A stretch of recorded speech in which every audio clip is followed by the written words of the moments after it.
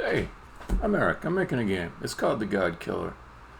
I'm wearing just a brilliant white shirt that should impress you. And I'll tell you the secret, because people always ask me about this. What's the secret to having a brilliant white shirt like that? Like a magical shirt. Um, Go ahead, take it in.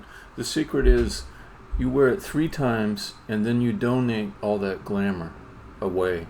Because actually, the glamour is mostly depleted at that point. You wear a brand new white t shirt 3 times, and after that, you give it to somebody who doesn't need to be as glamorous as you. Someone that just doesn't need to get to that level. Like maybe they're not even ready. They're not even ready for the attention. They're not ready for to take on the extra confidence and be well grounded. Instead of like becoming like a really douchey, overbearing person about how great your white shirt is, to be just a little bit humble about it and realize that while it may make you a better person than everyone else to have a white shirt, that you should keep that a secret most of the time, because people aren't ready to know that you're better than them. You need to just have a little more grace about it when you're wearing a bright white shirt that makes you this cool. Okay, so also I'm making a game. I think I mentioned that at the beginning, but then I had to talk about the white shirt for a little while. It's a 3D top-down puzzle-solving adventure game. It's called the Godkiller. It will rock your world. It will someday. It's not going to today. I'll just have to come right out and say it's not going to rock your world today. But I think I need to be doing a little update on my work screen here. Let's get that displaying properly. There we go. So what I did was fairly sophisticated. Let me get out.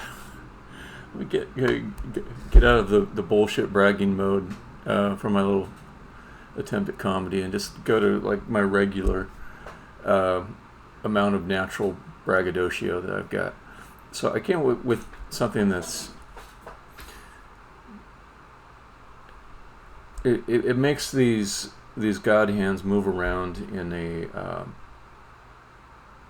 a way that's path mapped. So the algorithm actually isn't that impressive. It's just basic breadth first search. I think I don't know how to pronounce his name, but like this guy named Dijkstra, Dijkstra.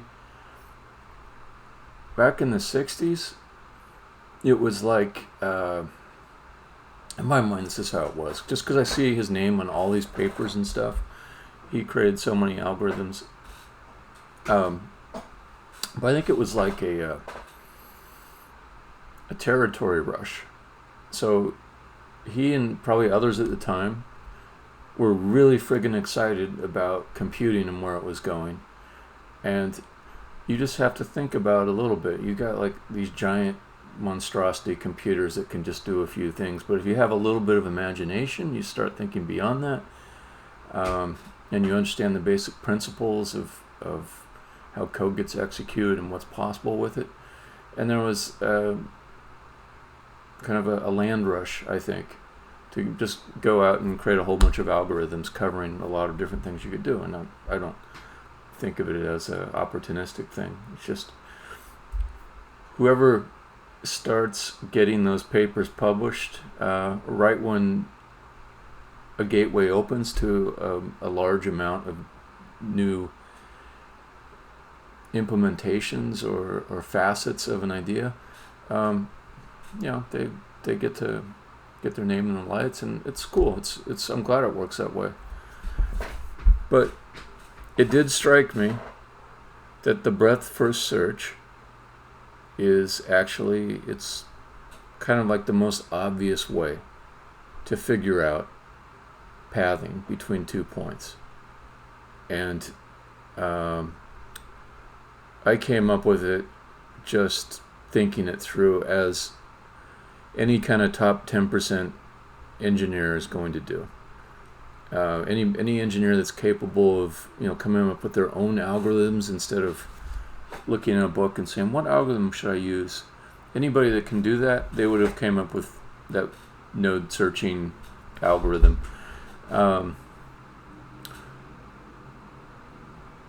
So yeah, it's not like I'm in a like a sour grapes mode or it could have been me. No, it's not like that. I'm just kind of reflecting on the nature of how discoveries get made, and if you wanted to be somebody like I should figure out how to pronounce his name, Dijkstra. What you should do is first off be really smart, like him, but then like get really passionate around the edge of discovery. So like I think now it might be like VR and AR, and you start like looking at all the applications there. You could do that, or quantum computing. That would be a big one, right? Quantum computing. There's got to be a land rush now around that for ideas. Unfortunately, I think it's going to be happening in corporations, and just be a whole bunch of patents that are owned by the FANGs of the world, Facebook, Google, Netflix. What's the A one? Anyways, it's going to be those giant monstrosity corporations that suck up all the patents in the new tech that comes out.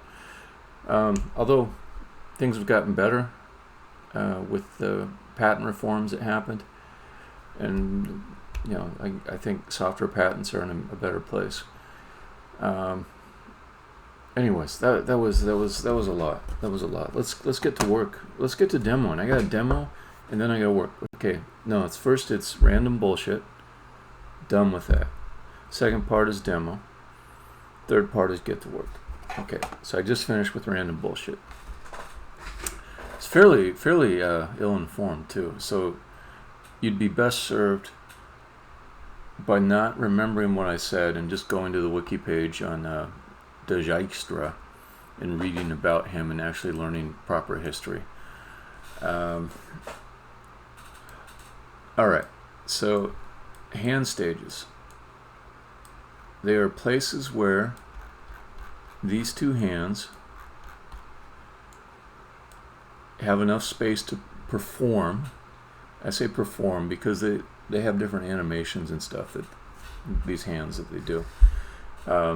They spin around in a circle to face the player, and then as I script them in later, they can make gestures and wave around and point just like my hands are doing, just like your hands probably do when you get a little excited and you start talking about something you care about, and your hands will be like, the fish was this big, So there's a thing called a hand stage, and it is a cuboid that's reserved, not officially reserved, but the idea is that I'll put these cuboids in places that I don't think anything's going to go into them.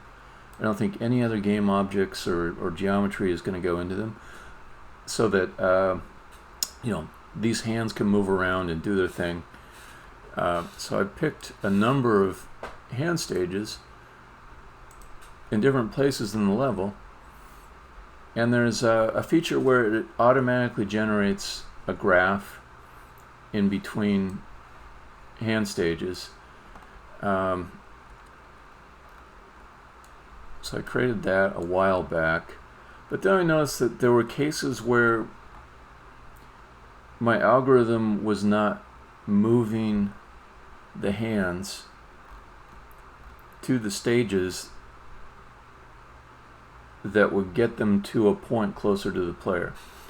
So if you don't have any pathfinding, if you only evaluate maybe one step ahead in the graph,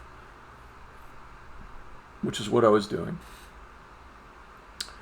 you'll fail to see cases where initially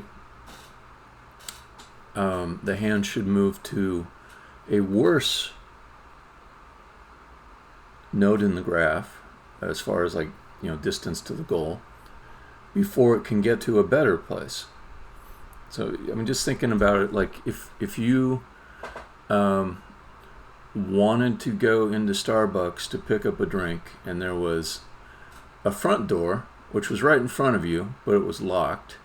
You could see your drink on the other side, and they locked it for COVID reasons, probably. They wanted to control the flow of people coming in and out. And there was a back door all the way on the other side of the building that's unlocked, and you could go inside, but the drink is like right in front of you. You can see it right in front of you, your drink.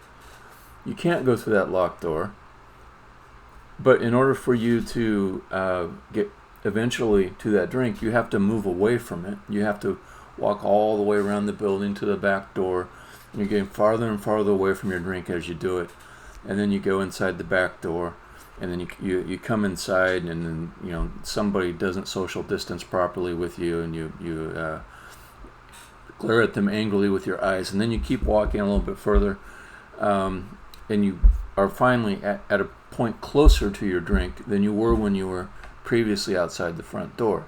Now, my algorithm was only picking the adjacent node that you could go to if it was closer than the one you were at. So my algorithm would be the equivalent of some idiot just pressing their face against that locked front door, maybe shaking it, and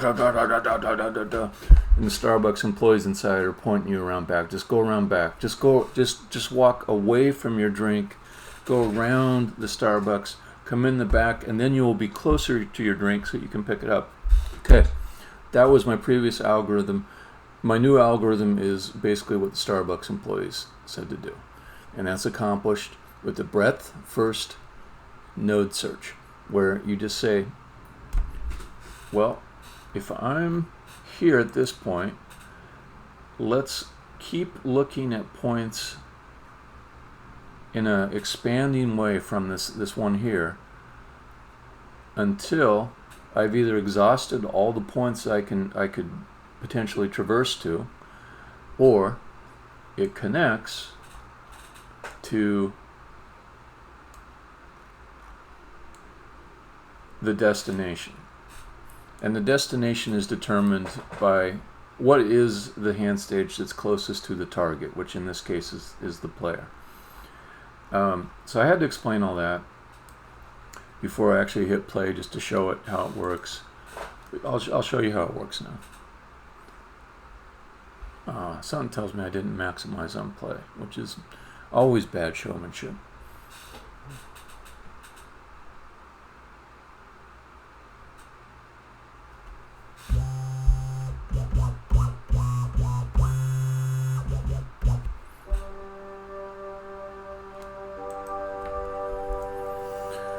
Okay. Let me stop it. I'll maximize on play. Also, by the way, I'm also fucking around with lighting, and the initial results are not good. So my lighting's gone backwards, and in the same way as the person who is walking farther away from their drink, I'm walking farther away from the other lighting that looked better in order to get to the best lighting. And this lighting looks terrible. I'm working on it. Just don't worry.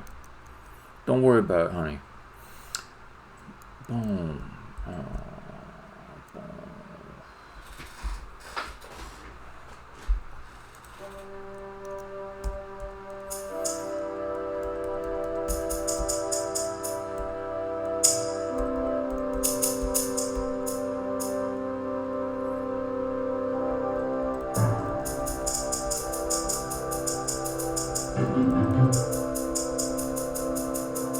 Okay, so there's the hands.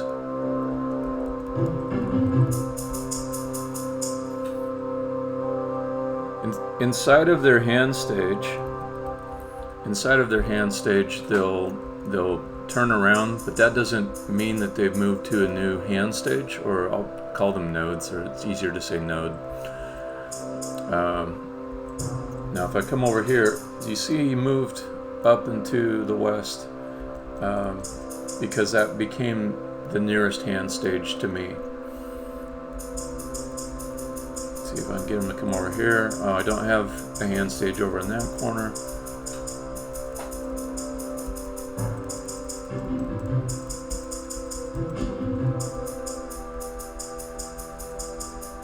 Okay, there we go. So he came over here. We've got a couple of hand stages very close to each other. So there's two that are right next to each other. And he was moving between those two. Now I'll go in the other room.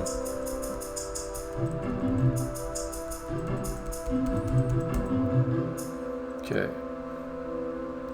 So if I go over here,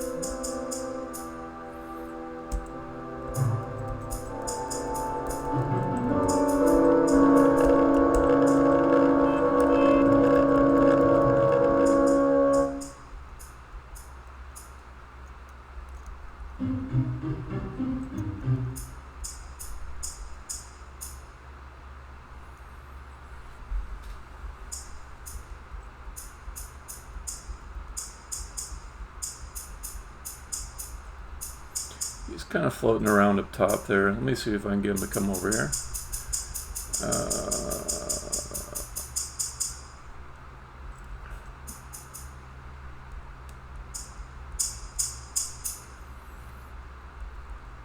I am seeing a little bit of behavior that I might have to debug. So it's my opinion that he should have came to this place, this hand stage, when I was over here. Like, when I'm over here, the closest stage is where he's at. So I think he should have traveled there. And I will need to debug to see why he didn't. Okay, then he'll go over the top. I didn't want him to crowd me in this little tunnel here, so I made his path go up over the top. Though I am wondering if I couldn't just have him go through here as well. That might be interesting. Okay. He's finding new locations that are closest to me.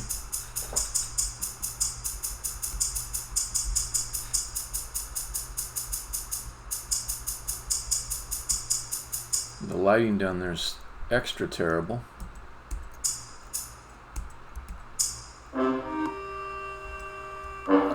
Yeah, there is a thing where he's a little late to the game to get places.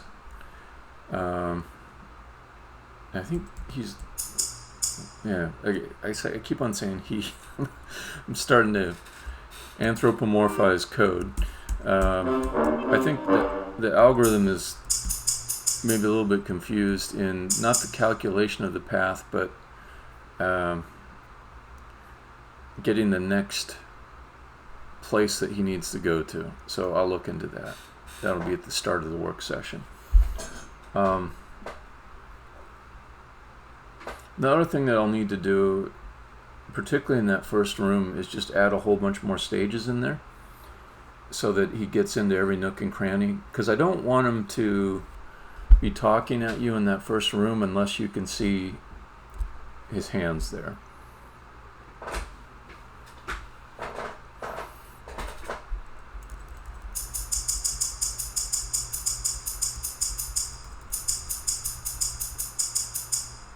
So he should be like right on top of me now, or he should be very close. He should be visible. I think he's getting confused.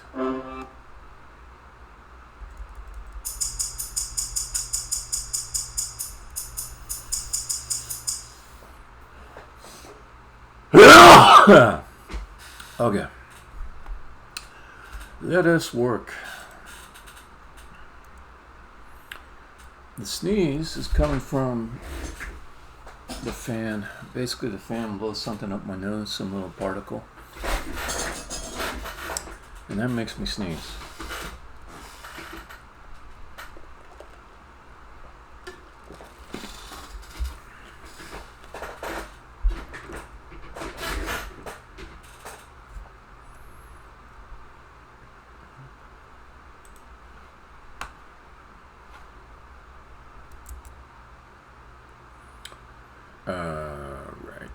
So let me think about this.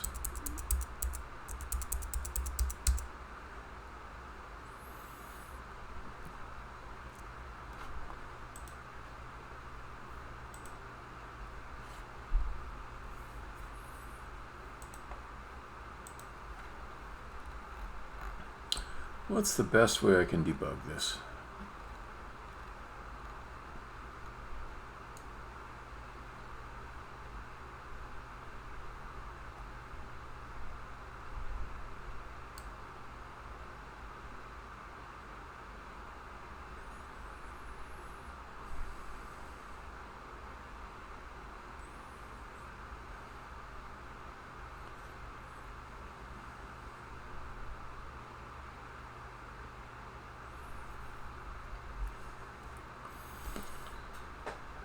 I think I'm going to want some console logging.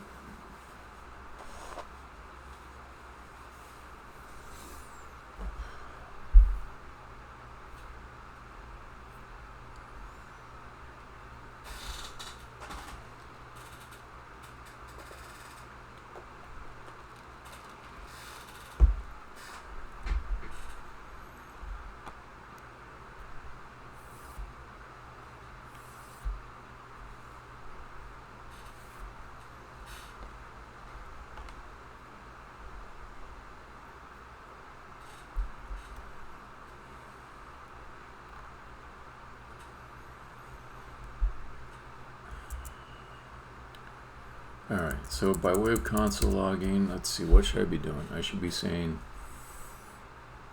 what is the path that's returned whenever a new path is calculated? Where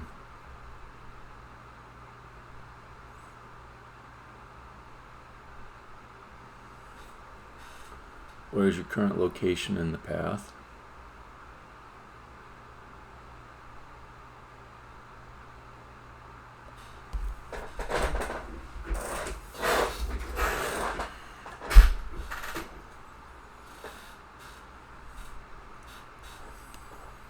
I think I might invest a little bit in having nice, easy to read and easy to understand logging. I don't think that'll hurt anything at all. Or I should say that'll be a decent investment of my time to figure this problem out faster and also to maintain the code later. So I might spend maybe 20-30 minutes just investing in the logging, and then I think just keep on troubleshooting from there, kind of narrowing the problem down. But right now it's pee time. I gotta pee. Lots of coffee. I gotta get rid of some of it. Alright, I'm gonna play one of the songs from the game while I'm in the restroom, so that you don't hear me peeing, but also so you can hear a song.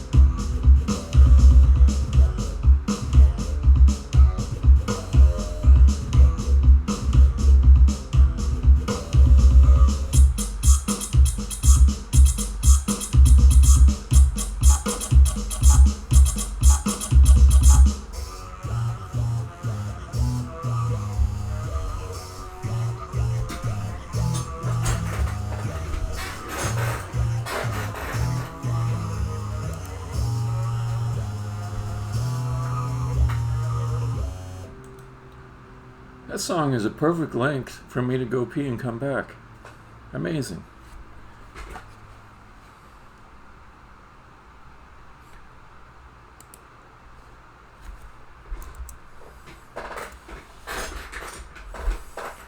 Alright, so logging. So one thing is these names. I think I could do something like just chop off the start where it says hand stage.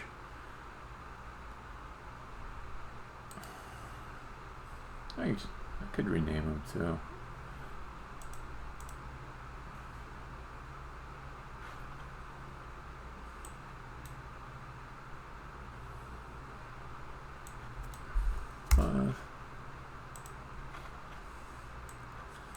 Yeah, that's even easier.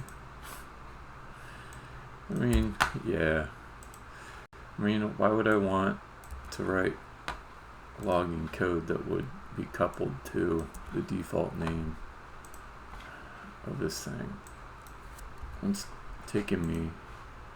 gonna take me less than 2 minutes to just rename all these to briefer names that are easier for me to track in logging.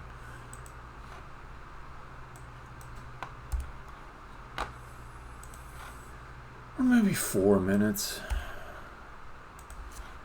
There's another version of me in an alternate universe that's writing like a parsing routine to remove the hand stage from the beginning of it, of the name when it gets output, and that person is about 10% done with that right now, whereas I am about 75% done with my much shorter task. And that other Eric in the loser universe is just going to be enamored with his parsing code, but the truth is he spent time that he didn't have to spend. That's some just junky, unimportant code.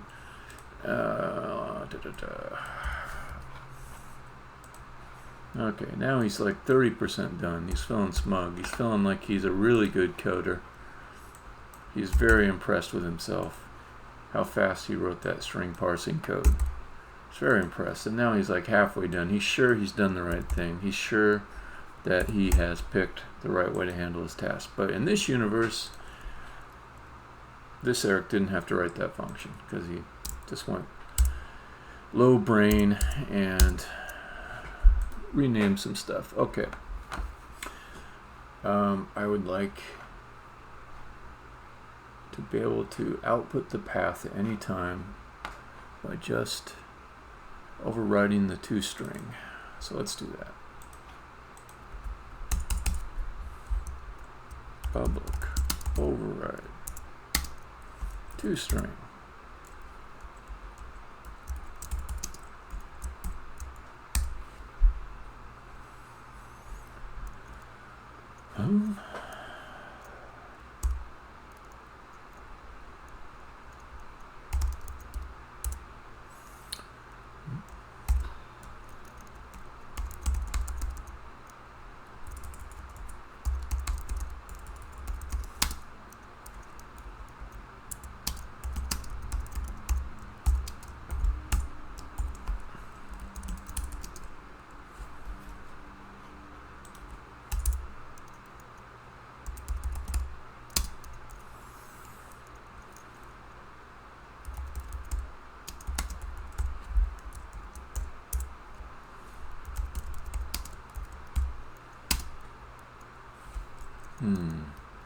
It actually goes backwards though. That's the weird thing.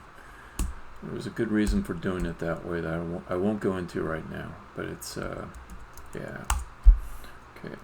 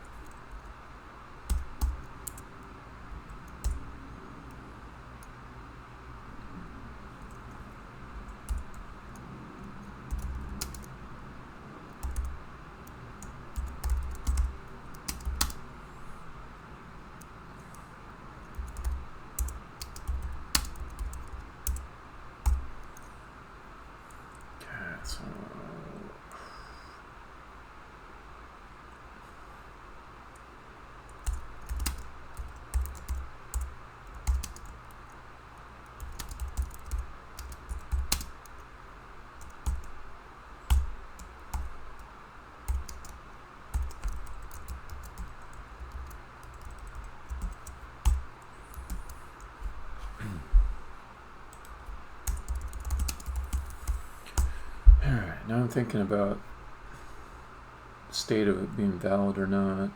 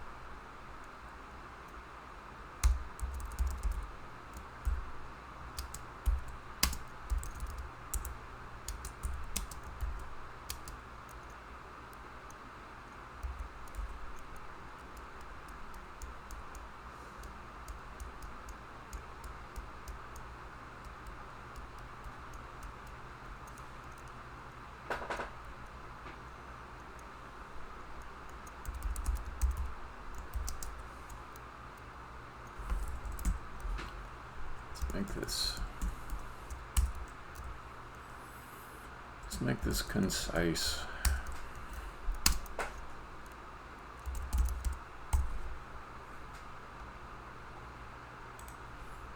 Okay. I think it's going to complain about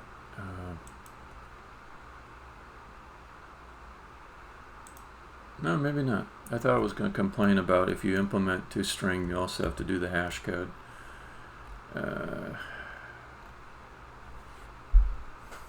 Okay, so that seems good. Let us do some logging with that new tool.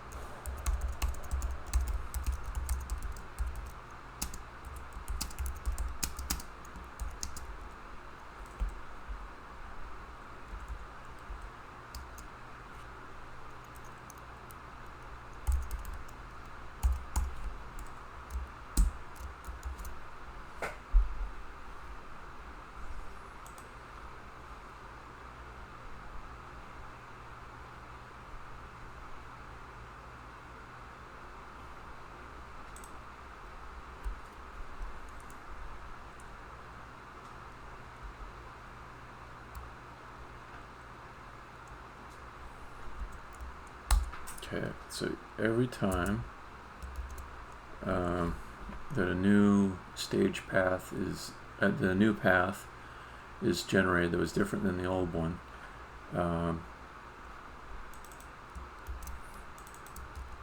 will output that path.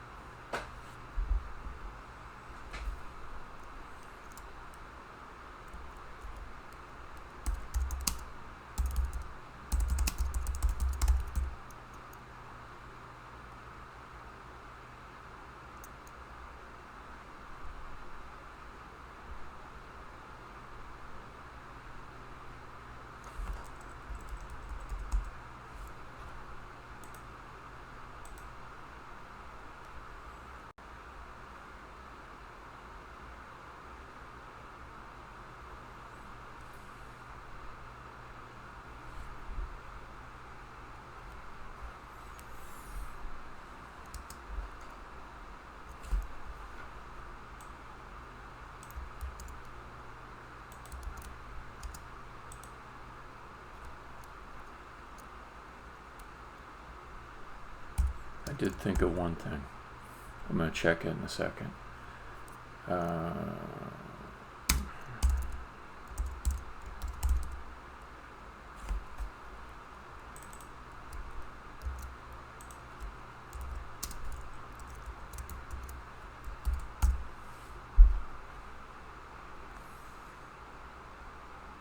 No. I thought maybe this check to see if you've arrived is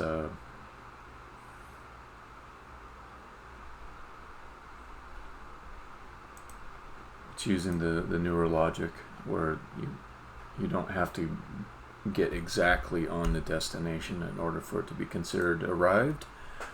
As long as you're in 1/10 of a meter, you're there. That avoids some issues with the lerping transition or interpolation not taking you exactly right at the destination point.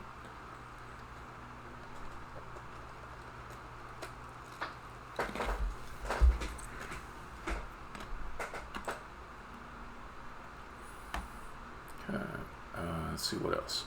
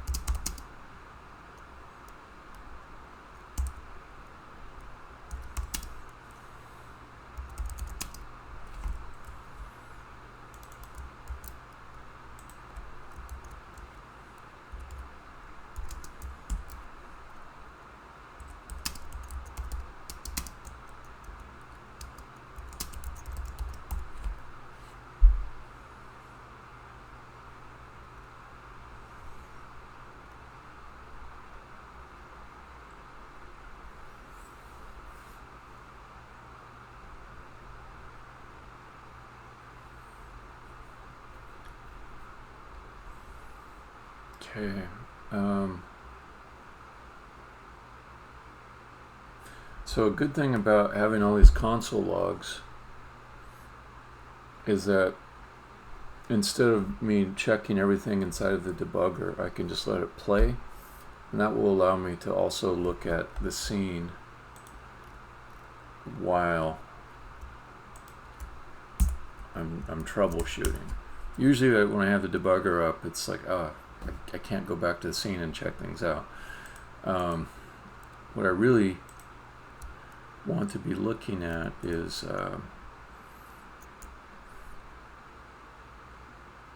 topology of the graph, which is represented in the scene, and cross-referencing that with the messages that pop up. So that should be enough to start.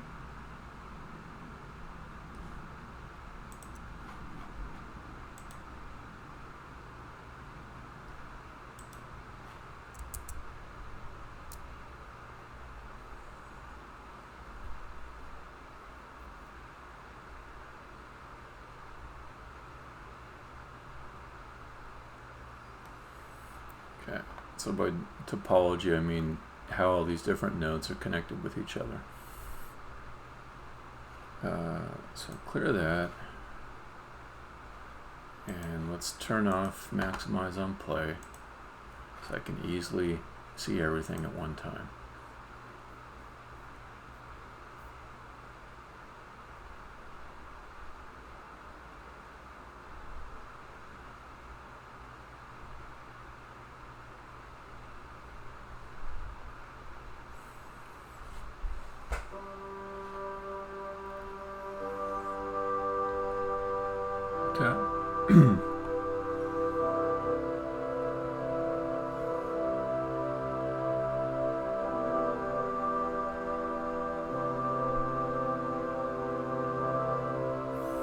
So this is showing that the hand is currently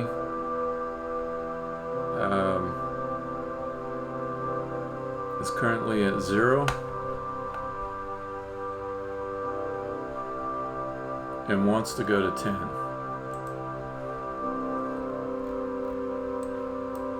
So if I look at 0, 0 is here.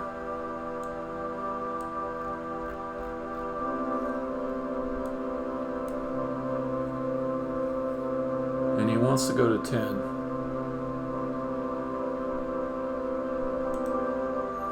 It's unclear to me if if the hand has actually traveled to 10 yet. Let me turn the volume down. You know, we'll go crazy with those 3 notes playing again and again. So it's unclear to me if he actually moved there or not.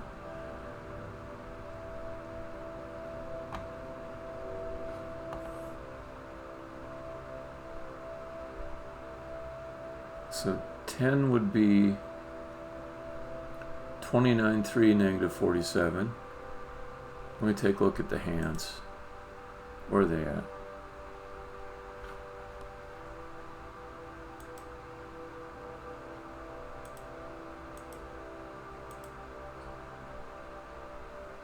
Don't crash on me.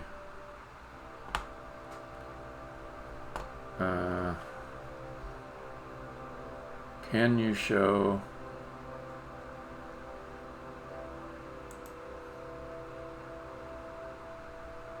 I wish it would show global coordinates.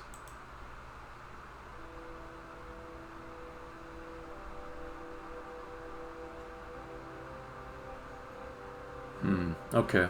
So I will need like a little more logging just to know like where are the hands right now. All of that could be pretty verbose.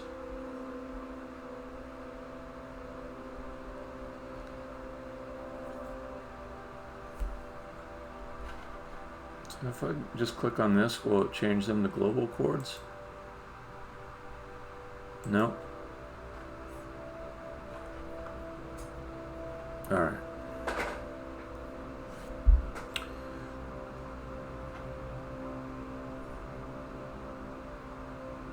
So he's at 0, wants to go to 10. Let me just eyeball this. Because I would say it looks like he has arrived at 10. I don't know.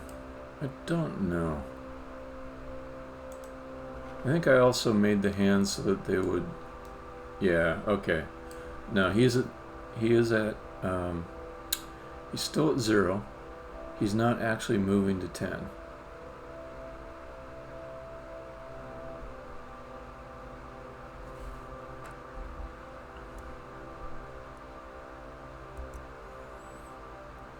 So now I have to figure out why.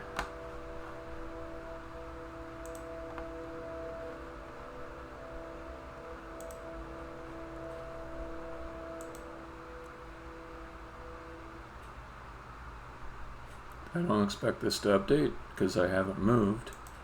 Okay, I think he is moving. No, I'm wrong. Okay.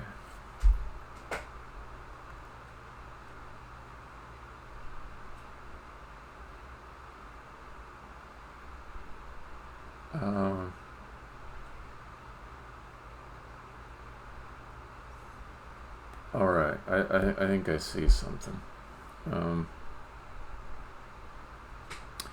There's no facility for the next move position to change. It's currently requiring that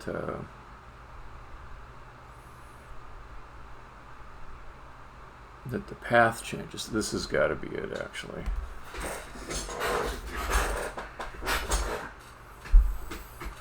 This has got to be it.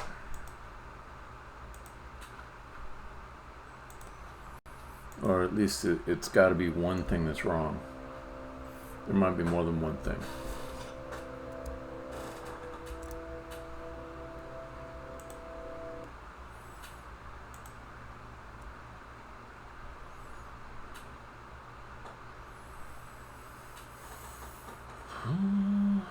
Okay, also I'm just going to see if I can, sort of as a background task, because it always takes forever, see if I can get these to look like something good.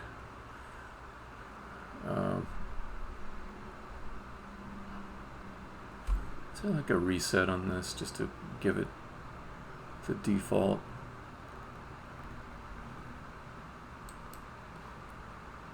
No. Can't remember what these were before. I think it started at 32. We put it back to 32.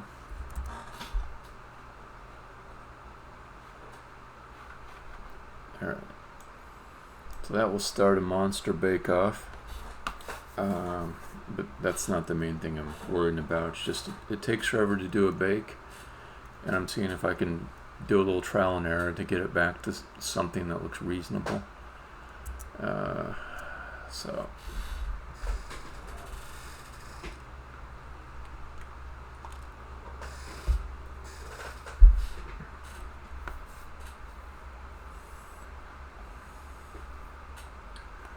Okay, so here's my logic. Currently I say, if this returns true, that means there's a new path.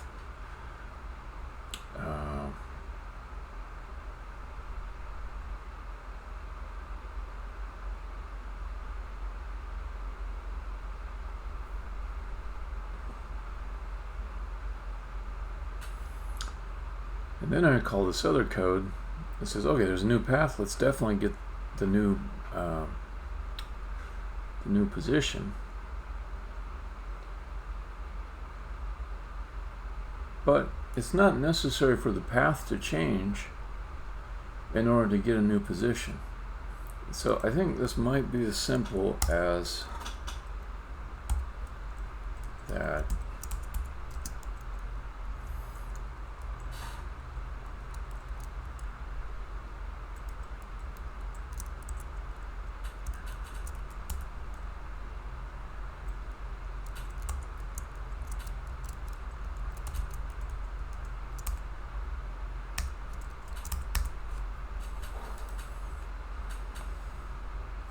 This function here is responsible for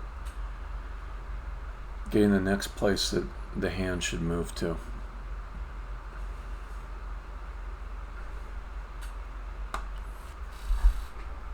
I'm reluctant to call this character God. That is his name in the game, but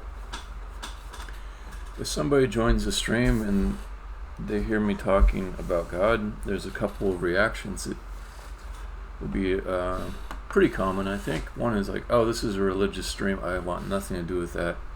I hate anything to do with religion. You know, you're kind of hardcore atheist, or someone who's just, that's not their mode at the moment. The other one is, and this is maybe the person who's less mistaken, is some outrage that I'm co-opting God's name and to be a story character in this game and all that. So I would rather talk about the God character properly if I'm going to talk about him at all, so that it's not just out of context. So I'll continue calling that character the Hands while I'm talking here.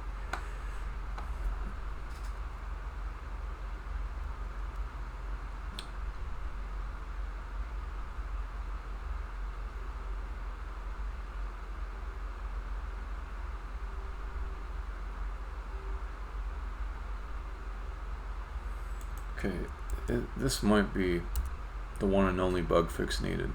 We'll see.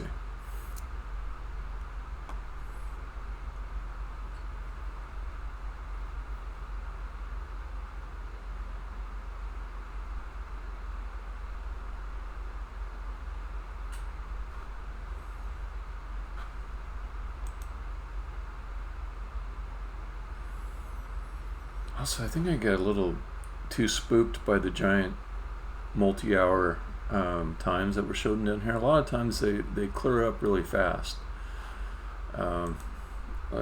Like the time shrinks down to 10 minutes from 2 hours within less time than 2 hours. Like in the first couple minutes, it takes a few minutes to see what the actual bake time is going to be.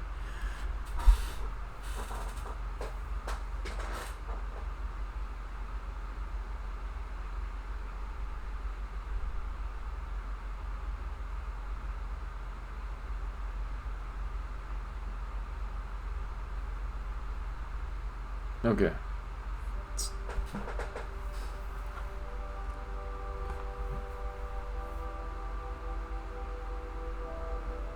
So this looks correct to me.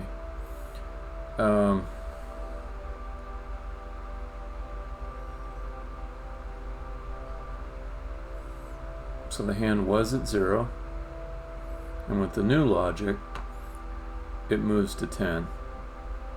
And it did move to 10, actually. Like, the positioning of the hand was correct, but it didn't update its place in the path. So it was effectively... No, it's not quite true. It was doing something very similar to the original algorithm where you push up against the front door of Starbucks that's locked. It was taking one step along the correct path instead of multiple steps, which are often needed.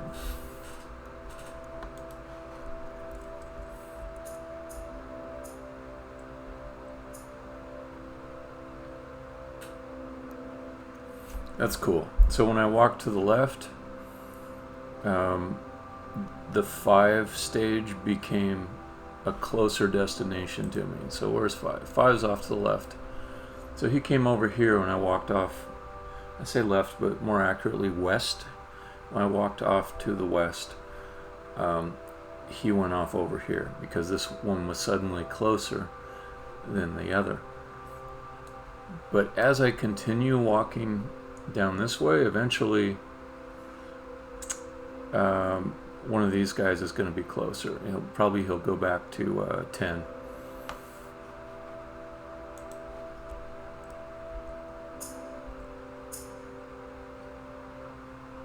Yep.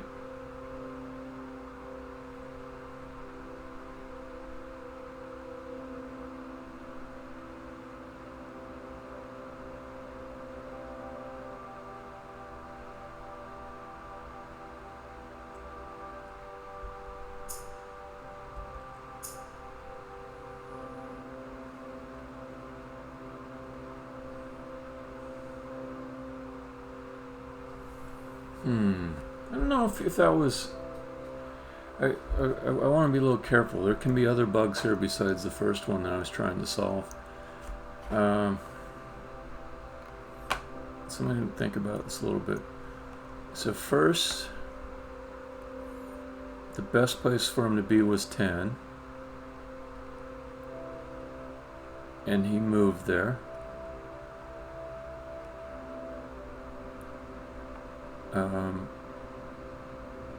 The target changed, and while he was at 10, it said move to 5. 5 is better. 5 is that one that's off to the left. And then it changed again, and it said move back to 10. It did create an inefficient path to get to 10.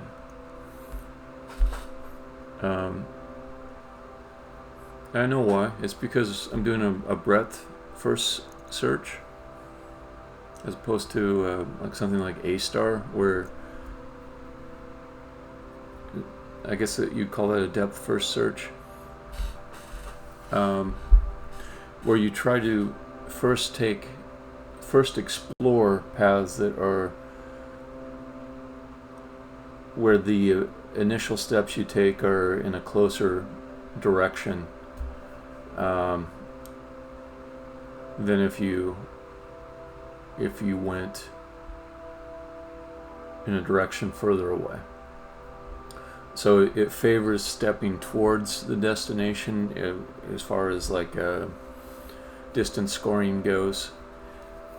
But if that brings you flush up against that locked door at the front of the Starbucks, the nodes there will be exhausted, and it'll keep expanding its search to eventually pick the paths that initially take you away from your destination, but eventually have you arriving at it.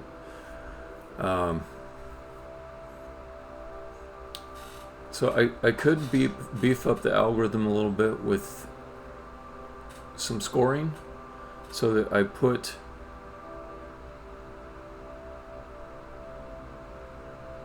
neighbors from a node that are in the direction of travel or scored with a lower distance. I put those into the processing queue ahead of others. I could definitely do that. It's not too hard. It's not going to add too much CPU. Could also do a trivial check, or just say, are any of the neighbors just the destination? If they are, then we're there, so just go to that, you know. A trivial check would have discovered that you know, we can go directly from 5 to 10 instead of going 5 to 1 to 10. Or I might find that when I go out there and take a look at the actual movements, that they don't seem that chaotic to me. Okay. Nice to see the hands right there instead of off in a weird place as they were before.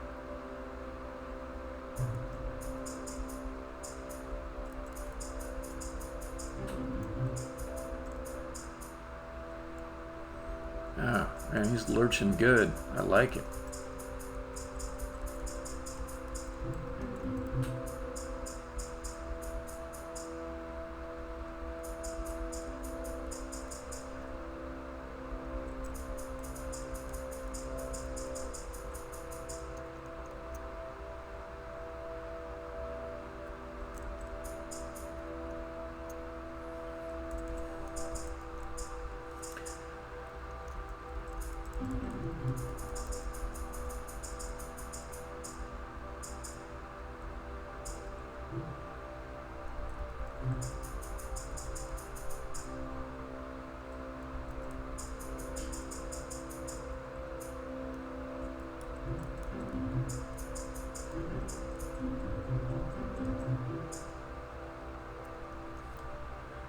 That looked cool. Oh man, I like that a lot. Did not have that kind of movement before today. So when he's got multiple nodes on the path to traverse, his movements look pretty neat to me.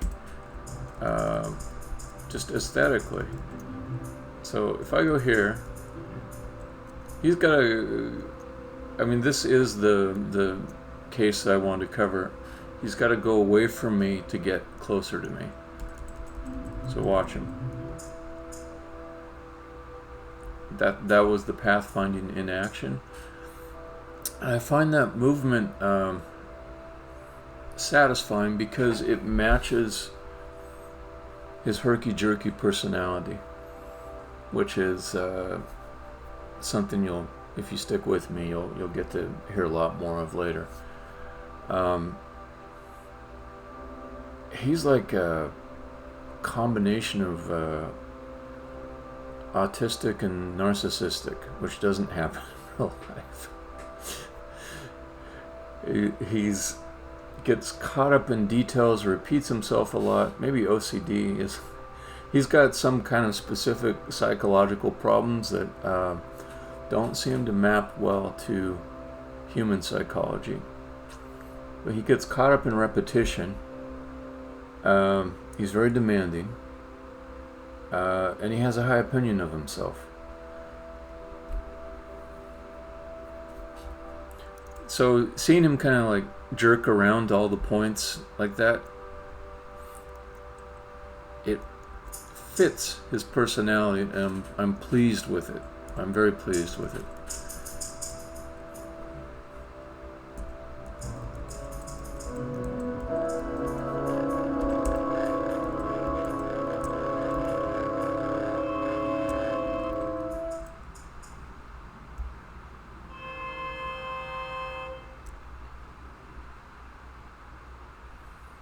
Okay, so where does he think he belongs now? Oh boy, he's got a long path. He's at the end of it, but man, what a path that was. 6 to 0 to 2 to 4 to 11 to 12 to 13, 15. Let me see what that looks like. So his path was 6. Where's 6? Okay, 6 in this corner. I get it. So this was the best place for him to be for a while. And then suddenly his best path, or his best place to be was, actually let me go up and see. It was 19.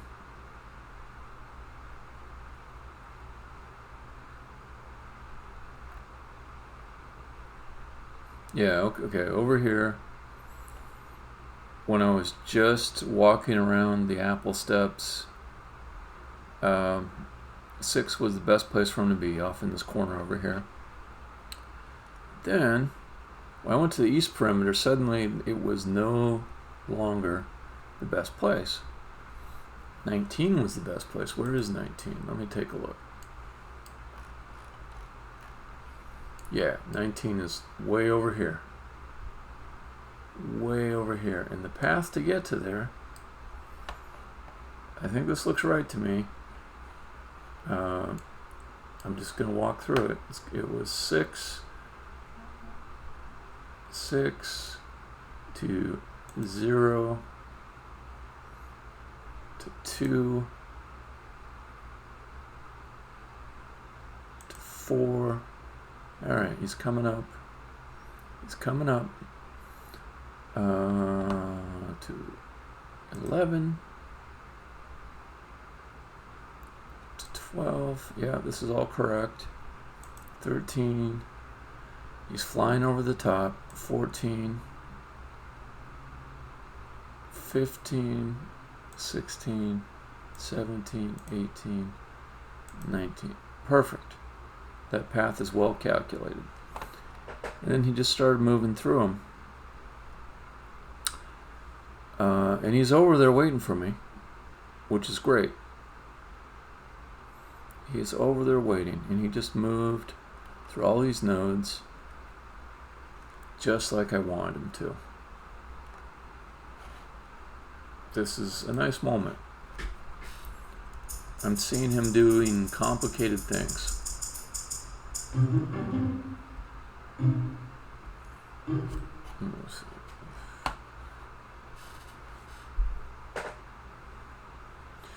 Alright, there's a little bit of fidgeting here where it was better for him to be at 17 or 18.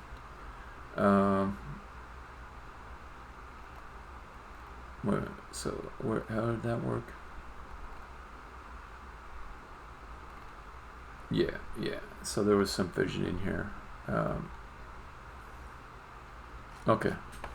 Yeah, as I moved underneath him, he's picking the best spot, and he should be back at 19 when I come up here. Okay, I can make him come down a little bit so we can see him by changing the hand stage placement.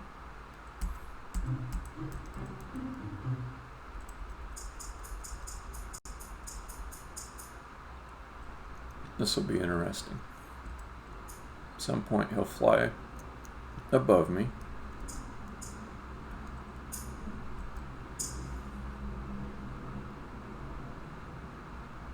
I kind of like that.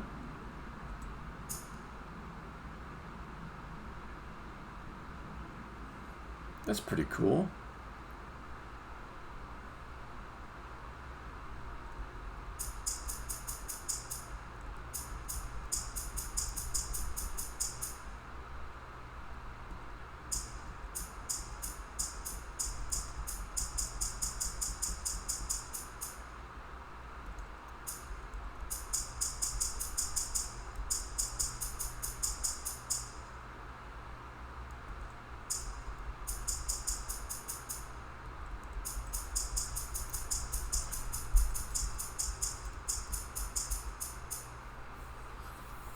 I'm not too worried about CPU on this. One, I don't notice any jerkiness, but two, the hands, so that's a place where I need to position my hand stage better so that it doesn't have his hand going through the pillar.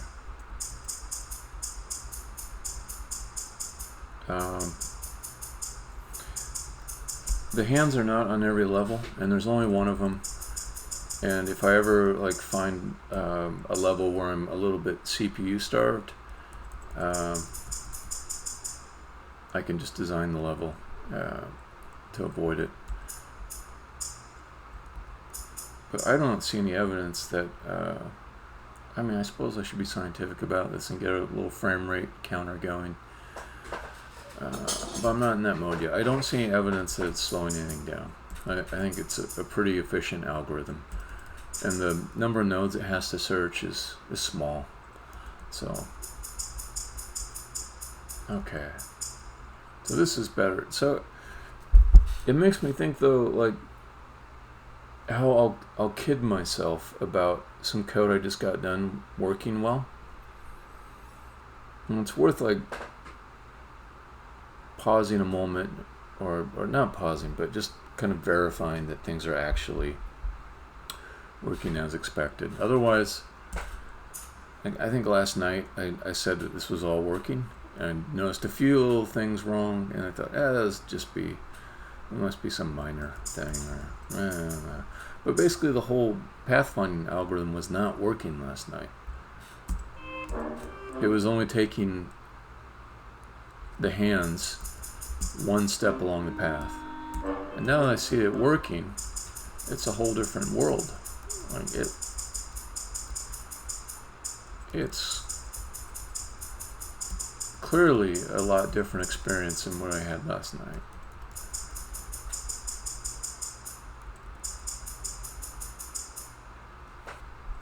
Okay.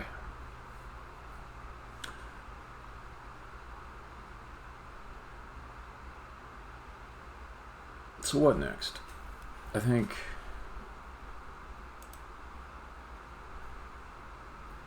I want to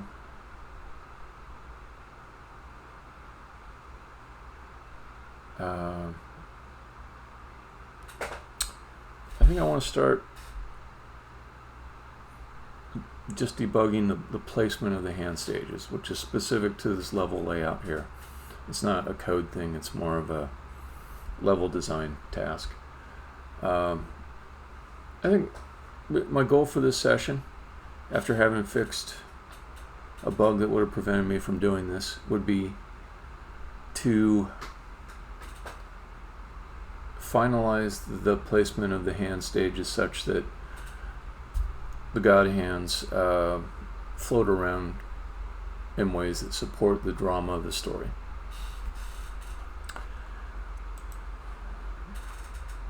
And that I can do. So I'm going to start with this room down here. Just make sure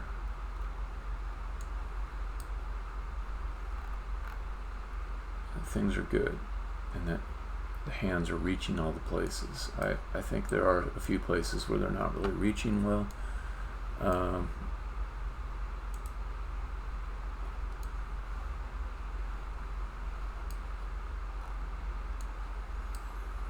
think also I wanted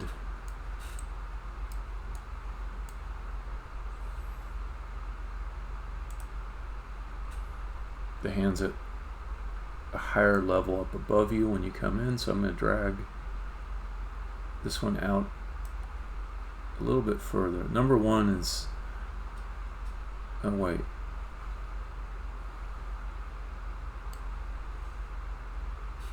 so the one it currently wants to go to when you come out is this one, 10.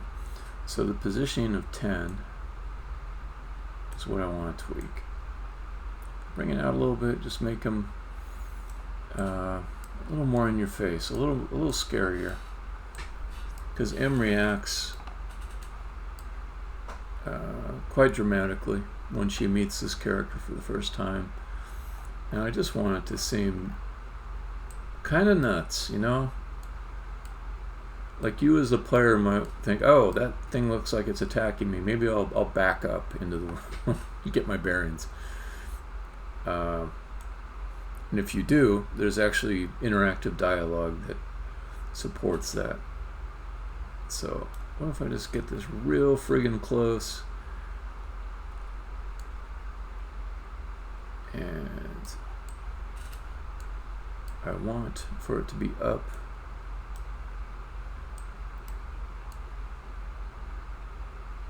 to above where M could be. So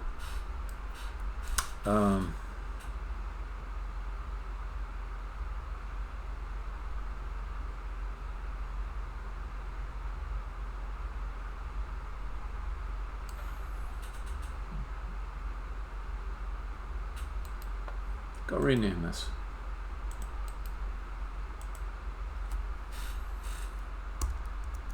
Greet point.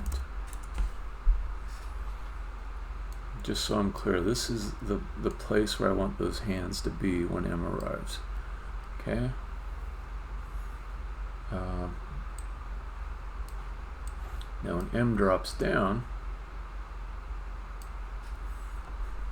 I would like for the hands to be visible there. I noticed they were not.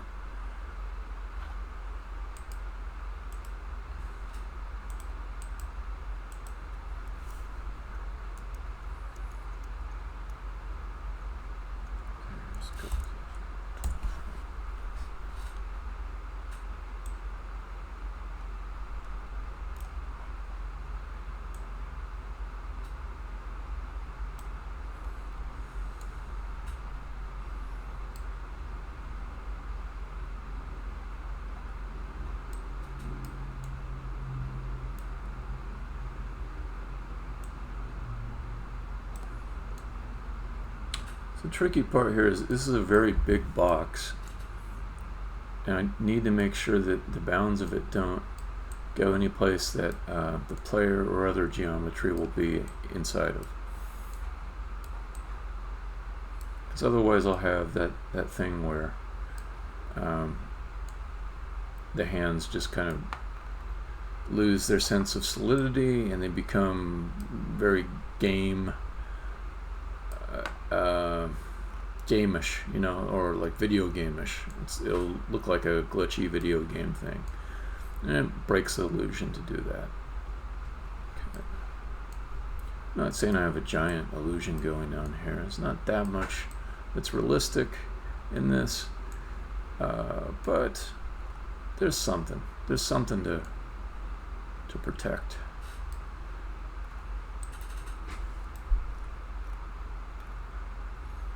I think I have to raise this up a little bit. Well, it's hard to get a sense of where this thing is at.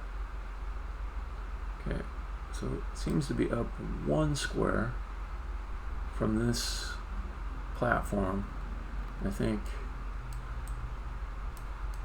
it's still possible for him to walk over here and have the hand kind of pass through her head. So let's just go up one square. That should cover it. Okay.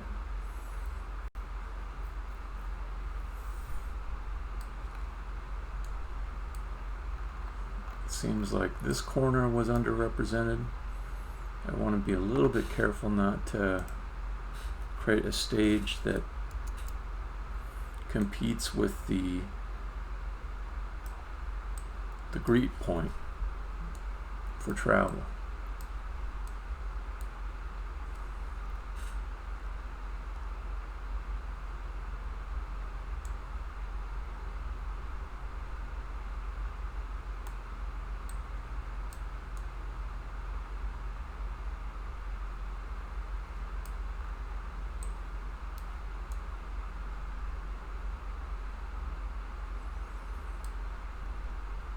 Seems like this will be okay.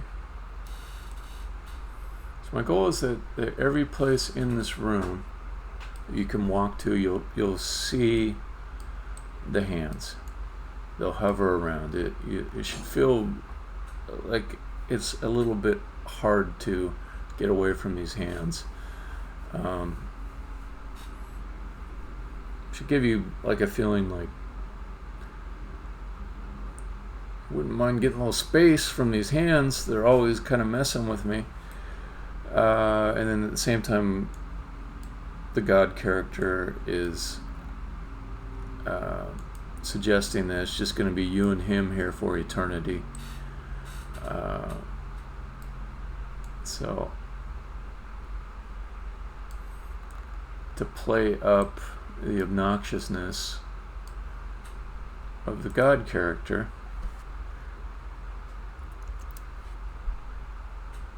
we want him to be just on you, just suffocating you a little bit.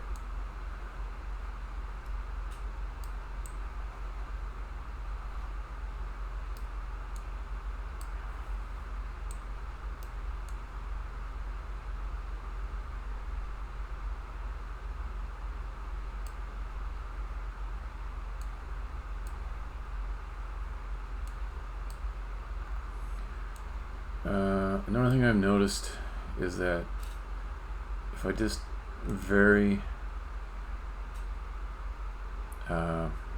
these coordinates a tiny bit so they're not exactly orthogonal to each other, it tends to look good. You know, if he zigs and zags a bit, it tends to look good, so I'll do that. See if there's any other places where he's just a little too even, and I can introduce more variety. Throw that out there.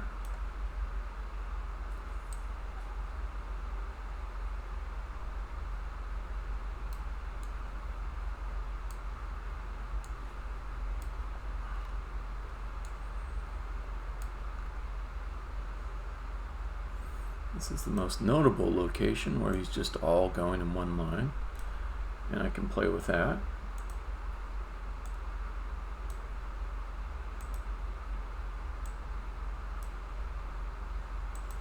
This last one here, I just want to bring down to make sure that you can see these hands right when he starts talking to you. You get to this landing.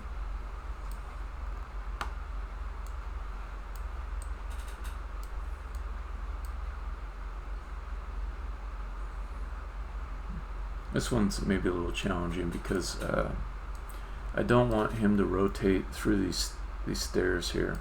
So I'll try splitting the difference. Go up a little bit.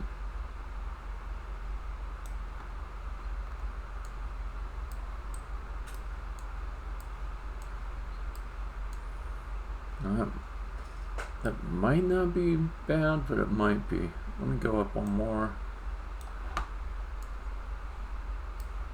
Yeah. Alright, I'll see how that does.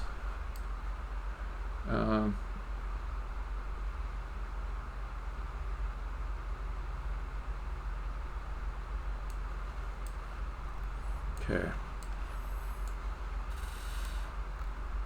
Another place I noticed problems was this guy here, going through the pillar. I can just probably move that out a little bit and he won't go through the pillar.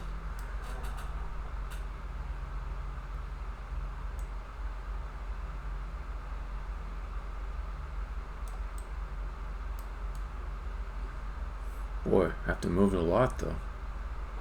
Okay, maybe it's better to go up high.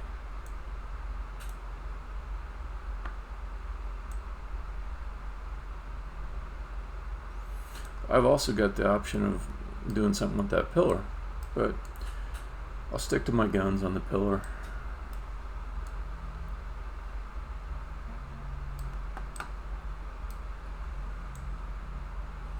Okay.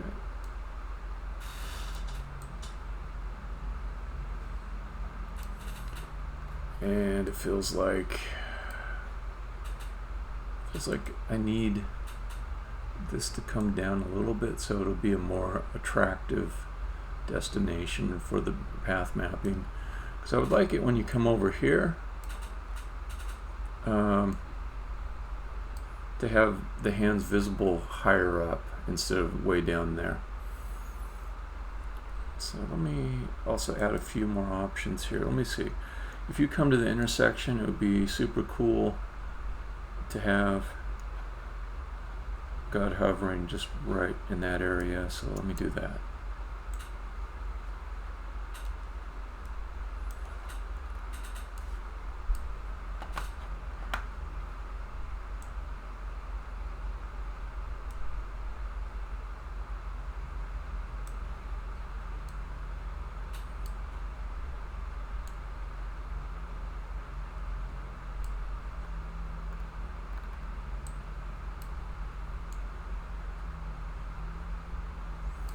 It's so hard to see where these cuboid boundaries are because they don't have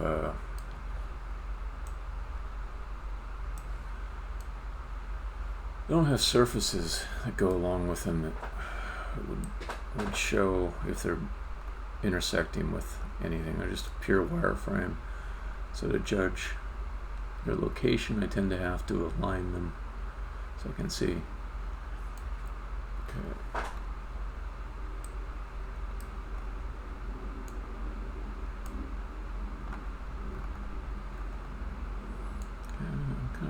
I'm checking the nodes here. This one seems disconnected. Yeah, it is all disconnected. So if I look at the hand stages for it, they're all disconnected. So let me get some that are a little bit closer.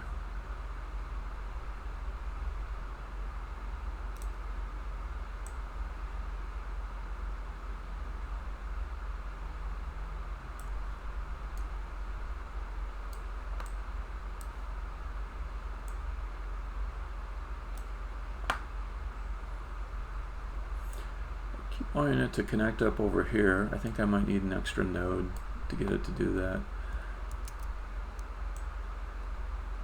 There we go.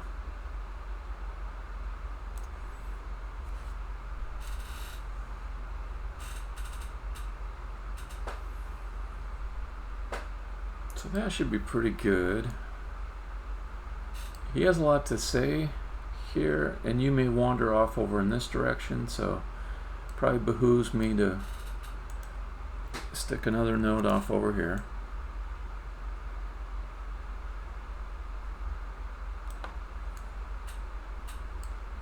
So you can come over here, and while you're considering if you want to drop down,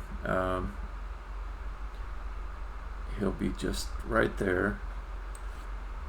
It'll be kind of a fun path for him to take. If you do drop down, he'll have to go whoa, all the way back down through that corner. I think it'll look neat though.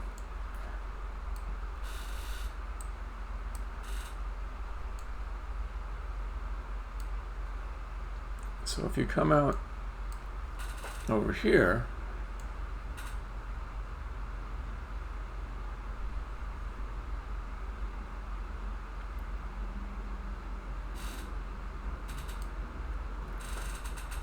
do I want him to come join you out there? Could be fun. Alright, let me drag one out over there. I think that'll be fun.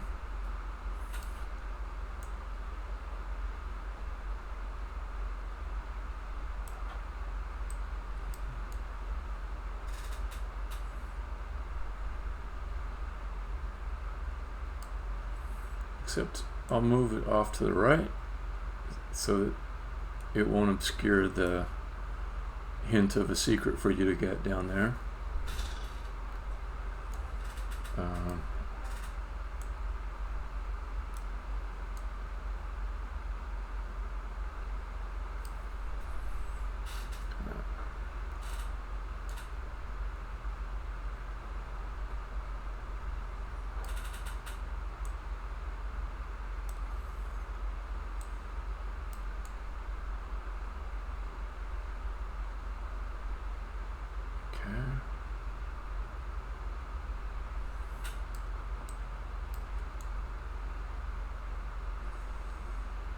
That seems pretty good. I just got to add some more nodes so there's a path for them to go over the wall.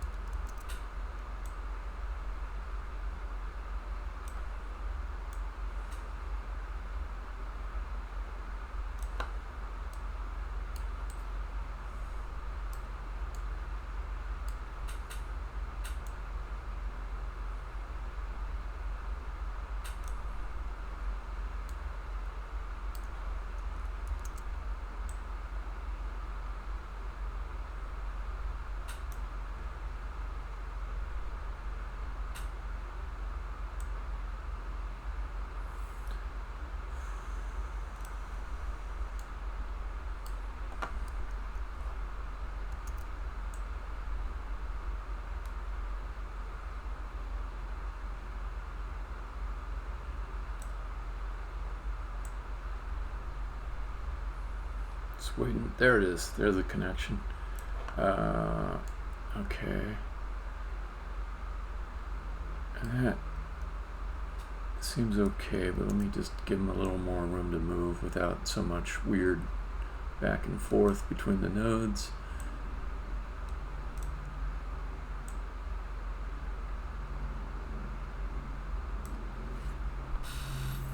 Okay.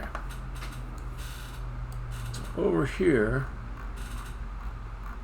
I have to be a little careful.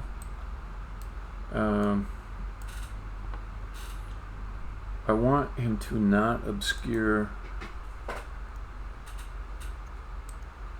the arena floor. This thing here is the arena, because you have a little fight with this guy, and if those big stupid hands are floating over you, it's gonna obscure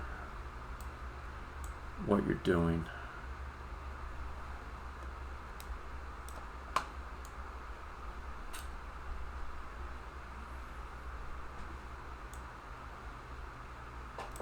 So what makes sense to me is, let's give him a path around the perimeter.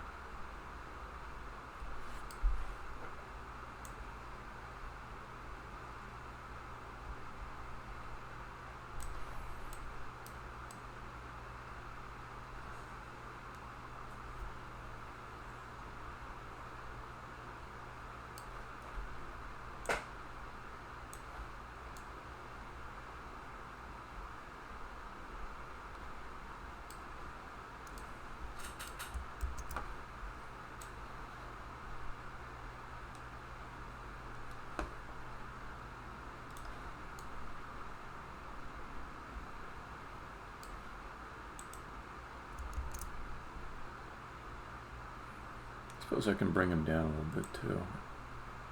Could be closer.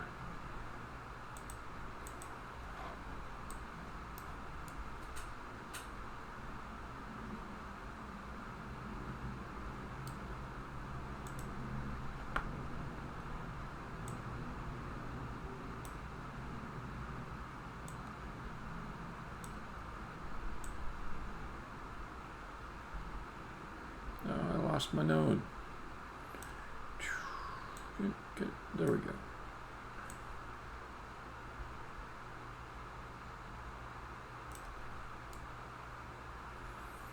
Oh yeah, that's pretty high up. So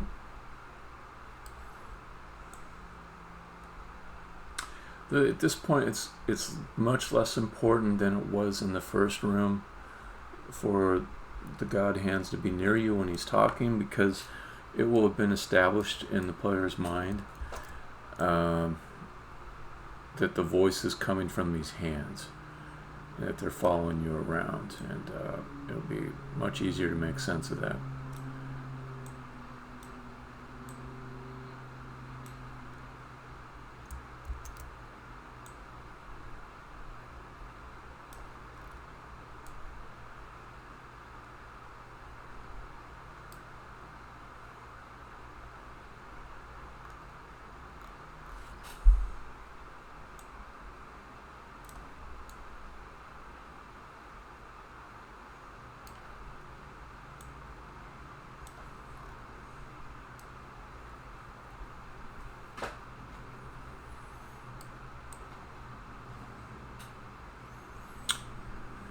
On this side there's a giant wall, and there's no point in having the hands way up here. You won't be able to see them.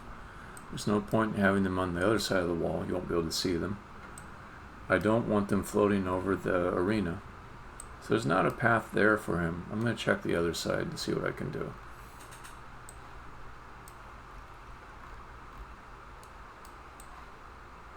This side feels like it's going to be too crowded too. So that's probably the end of that. I guess there's an area over here I could let him move into, but no, it's bumping against the pillars. So yeah, I think that's a good start, and I'm gonna check it out. Let's save it.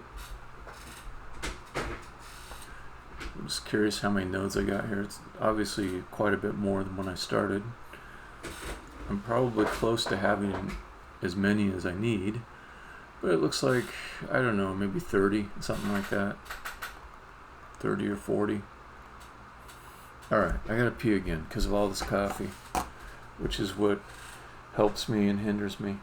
I'll play another song for you while I'm off doing my thing. A song from the game. A song from the game.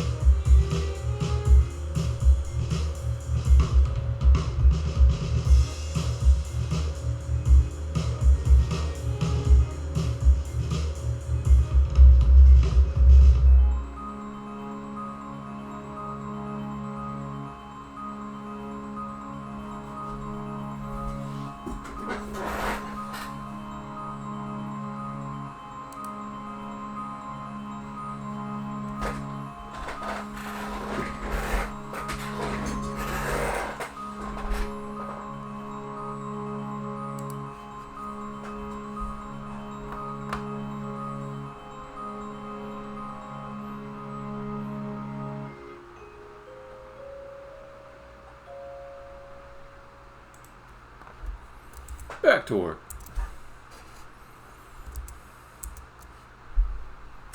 Alright, so I think I'm ready to test out the latest set of hand stages. And this time I'm going to take screenshots wherever I see a problem to come back and fix.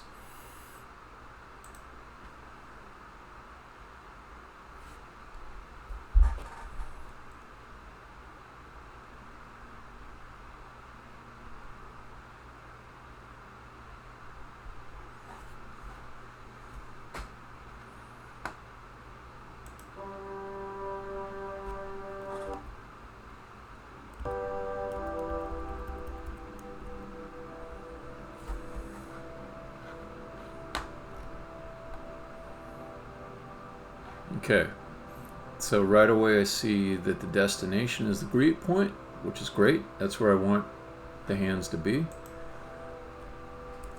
So let's walk out there And I'm watching the path that gets selected as I move around.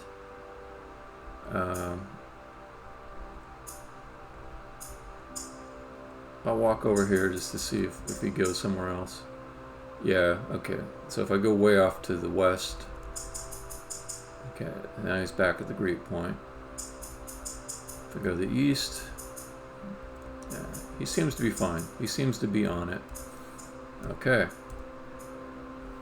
Now, I like where he's at. I do wonder if it would be better for it to be higher, because if I make it higher, that means he'll be closer to the camera, he'll look larger and more threatening. So let me take a screenshot of that.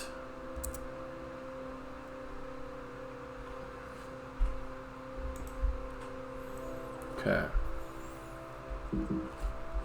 Just gonna walk around on the plank here, make sure he doesn't do anything weird. It would be nice for him to be centered. I wonder if that's just a case where the hand stage has to be on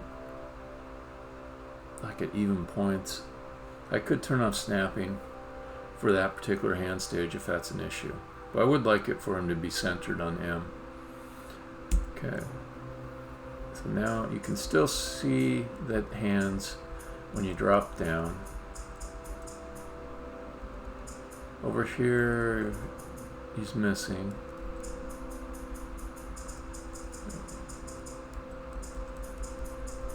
Over here, he's missing. Okay. I'm going to hit both of those points. We'll say, bam.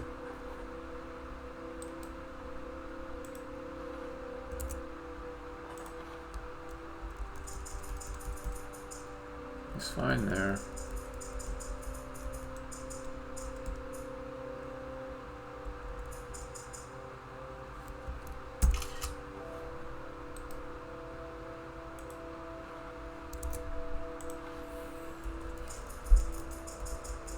Can't see him here. Cannot see him there. That's a tough spot to reach.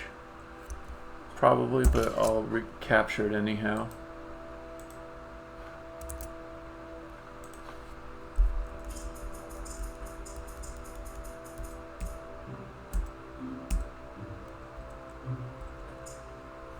That's pretty good.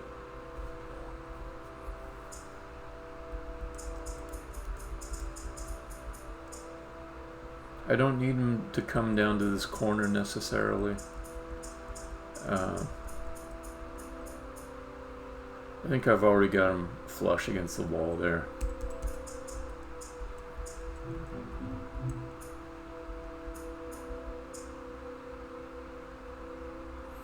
I do like him like disappearing then coming all the way around. It's exactly the kind of over-eager movement I wanted to have. It's great.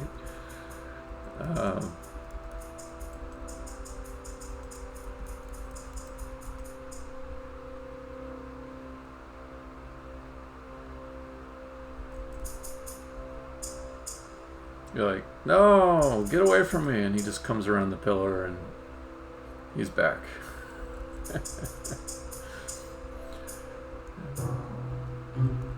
Alright, this corner of the room is pretty good.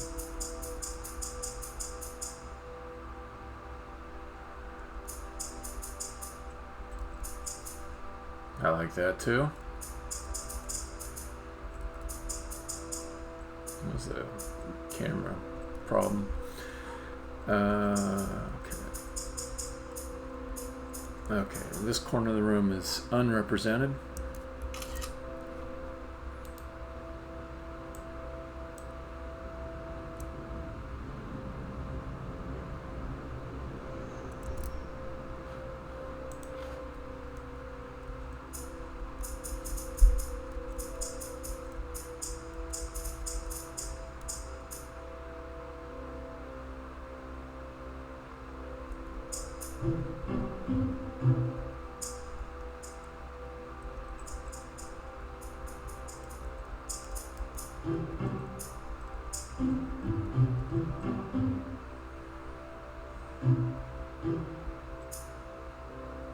Interesting. What was that?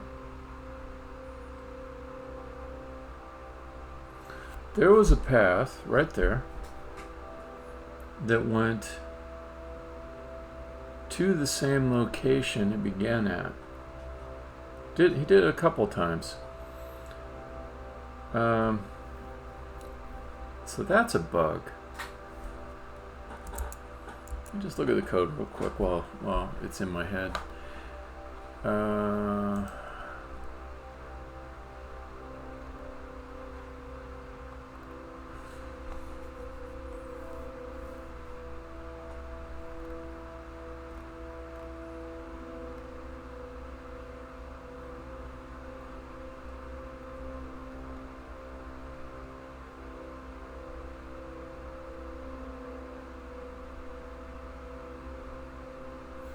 So I don't know why.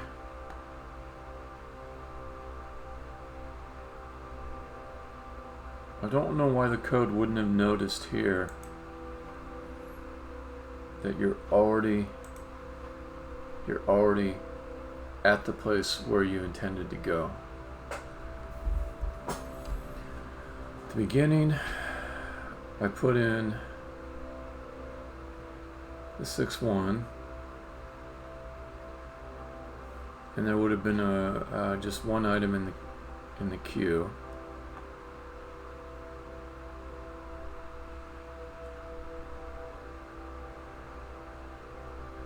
And it should have detected that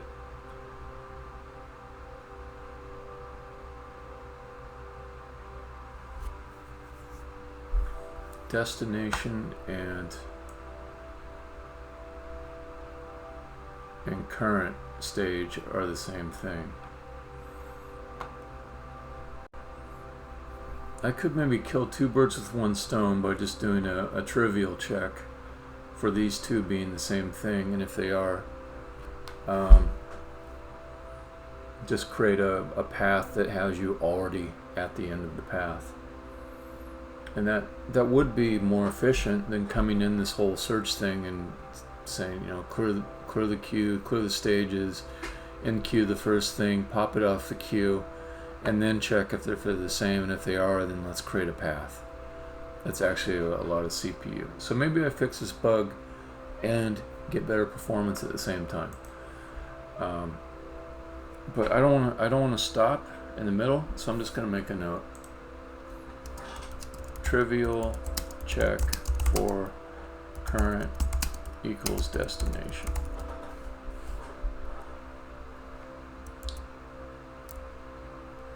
Okay, let's keep going. So I want to see if I can reliably repro that. Yep.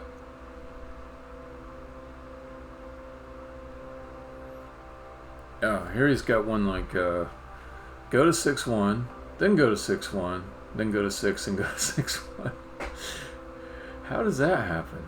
Let me look at 6-1. Is there something interesting about it? Does it point to itself?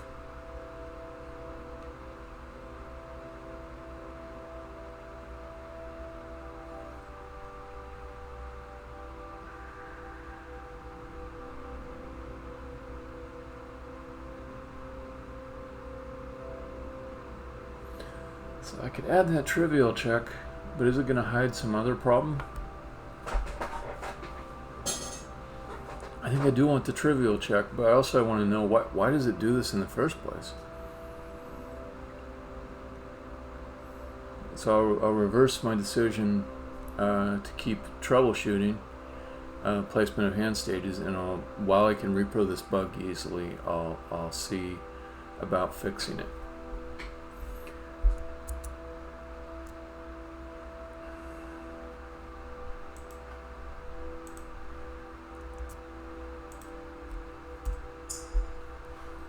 Okay, so first off, I think current stage should equal destination stage. Is that true? 6-1, 4. Oh.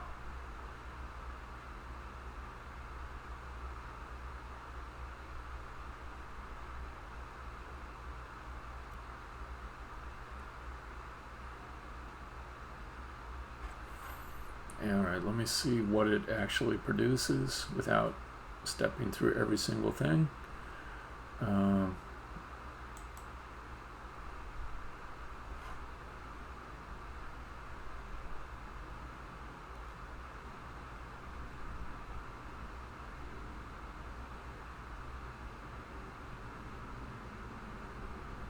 Weird.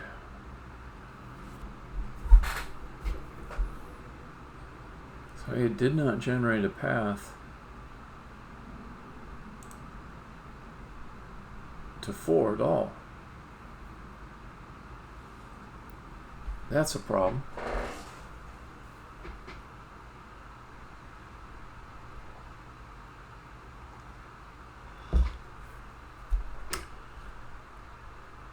All right.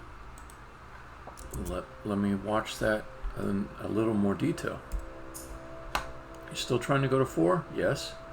Still at 6-1? Yes. Okay. Clear the queue. Clear the stages. Add the current stage, which is 6-1.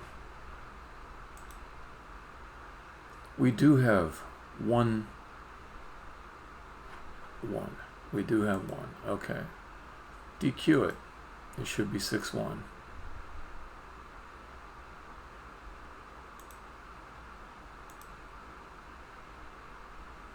I think I need to make one of those text or 2-string things for search node too, but okay. Yeah, it's 6-1. Okay, cool. It won't equal the destination stage. At some point it will, though, otherwise it might be going down here. I don't know. It could be going down here. But I don't think so because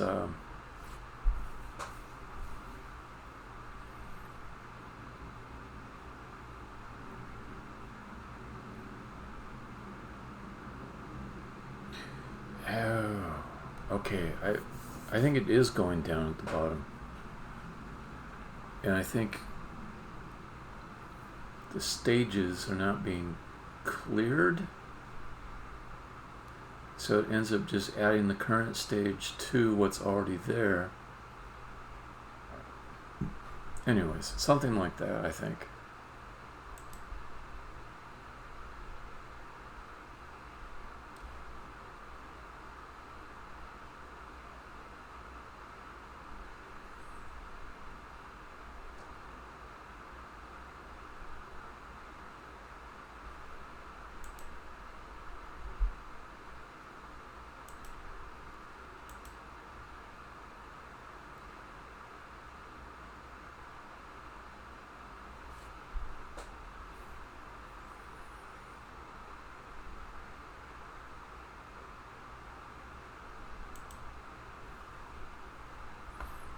What's the neighbor? 0. Okay, so it's going to put all the neighbors in.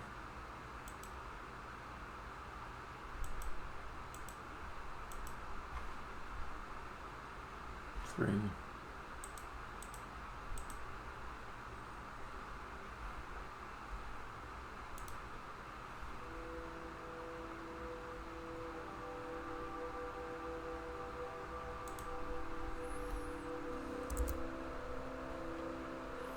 Look at 4. I'm assuming it's disconnected. Maybe I'm right, maybe I'm wrong.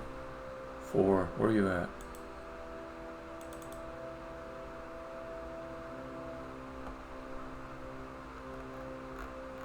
No, it's connected.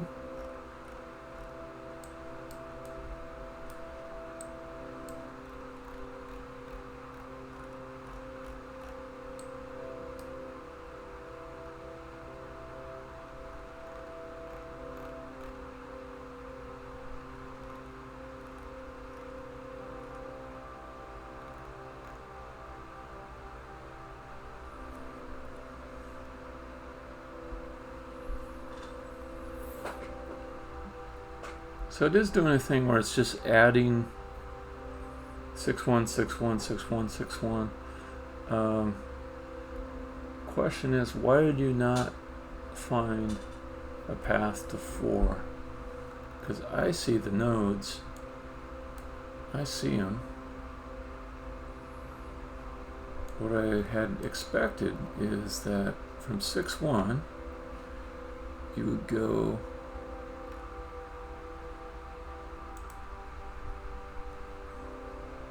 to some of this stuff over here, end up at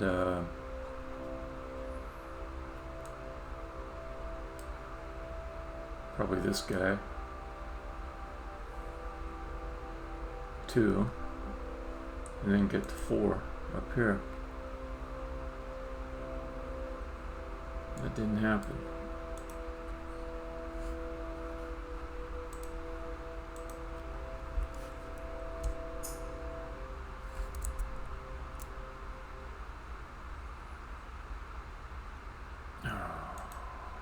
What is the matter? What's the matter with you? What is the matter with you? Fucking Unity. Stop debugging. You're probably about ready to crash.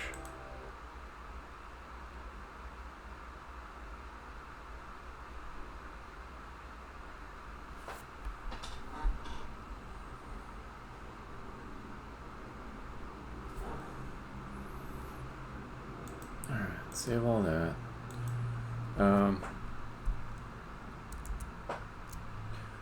I will add the trivial check, but it's not the thing that's responsible for this bug.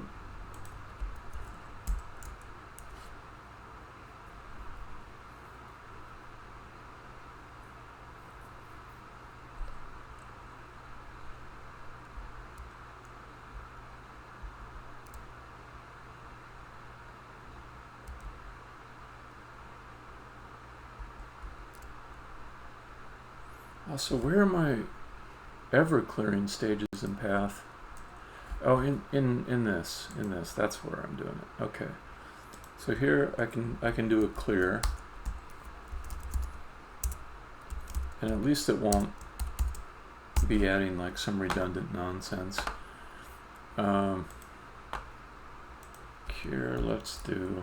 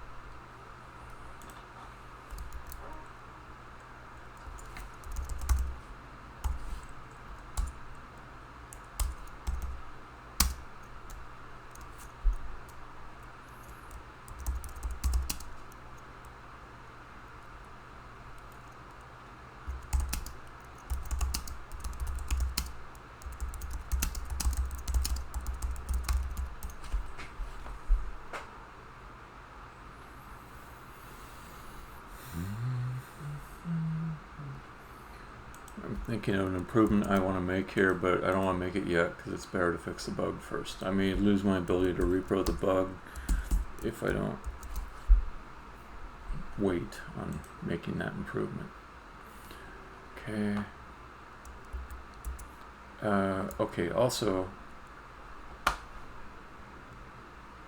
if my theory was right about it coming down here, I should have had some output along those lines. I didn't. I did not have any output. Oh, wait a minute. Yeah, I did. Okay. Can't find a path from 6-1 to 4.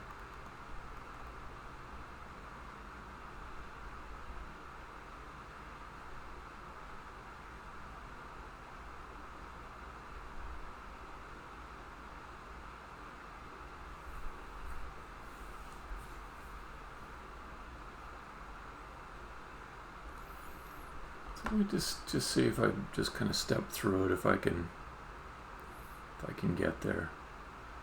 I don't see why I shouldn't be able to. So this is 6-1. No, that's 1-1. That's 4. 6-1 is probably this one. Yeah, okay. So I could go to 0. If I double click this, will it highlight it? It will. I'm on 0. Yeah, that's quite nice. Yeah. Okay. 1.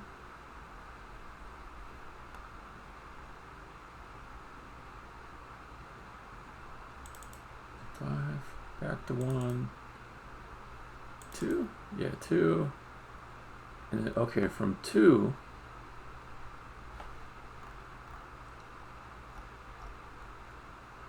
Interesting. So even though it's drawing a little line here, seems to me that it does not have a connection to 4. It might be that these two, they're just right on the verge of the maximum neighbor distance of 10. And if that's the case, then maybe like this guy, okay, let's double check. Is this 4? It is. And it's got an element going back to 2. And this is west direction or something like that. Okay. But this one does not.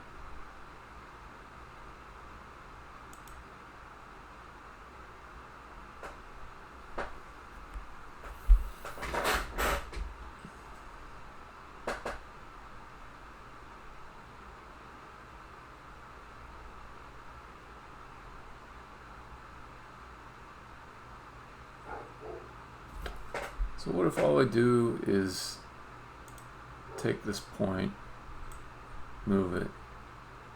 Yeah, see when it snapped, it lost its connection. So it is close.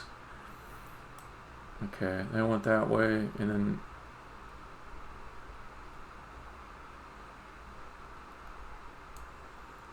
it's got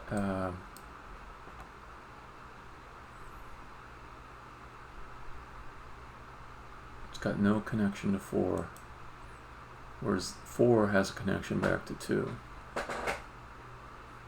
So it's like a one-way in the wrong direction type of a problem. If I go one more over, it's still the case that it's not showing 4 as a connection. At some point, it should just be really clear that you need to go to 4. Okay.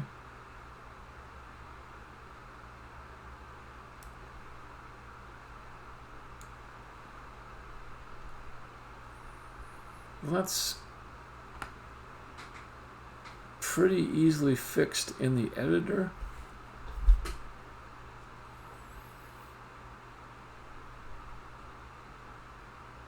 But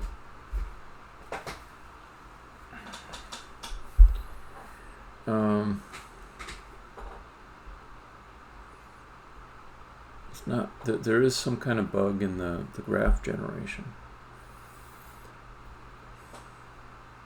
It might have to do with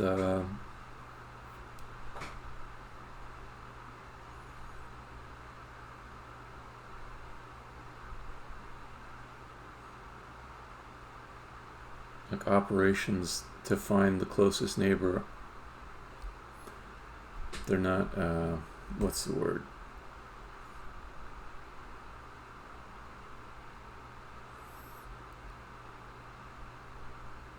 I don't know. I gave up on that. Okay, but if I call the code here to say what is the closest neighbor in a specific direction, each one of these elements is for one direction.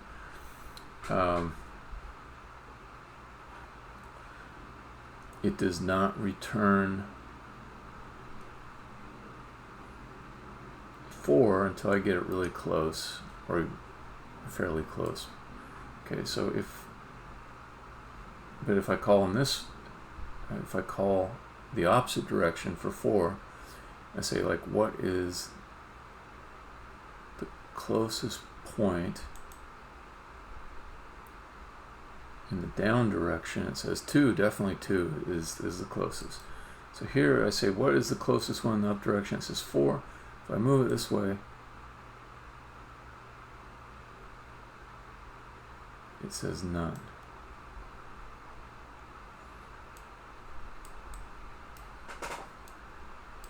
It's not even competing with anything else. It says there's just nothing within range of 10 meters that'll do the job. And this one says, oh, well, it switches. It switches. It says, okay, I can no longer go down and get 2, but I can go, this is north, south, west. I can go west, and then it's closest that way. What does this one say for east? North, south, west, east. It says, okay, 1, 1 is closer to me if I go east. All right, it's not a trivial bug. It's a flaw in my algorithm that can lead to one-way connections.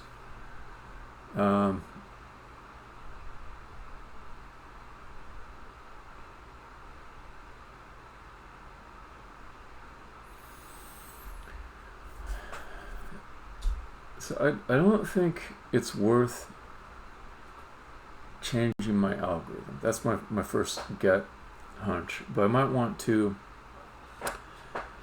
add some code that checks for these one-way nodes and warns about it. Because if I had that, it would just say, oh, warning, you can traverse from node A to node B, but you can't traverse from node B to node A.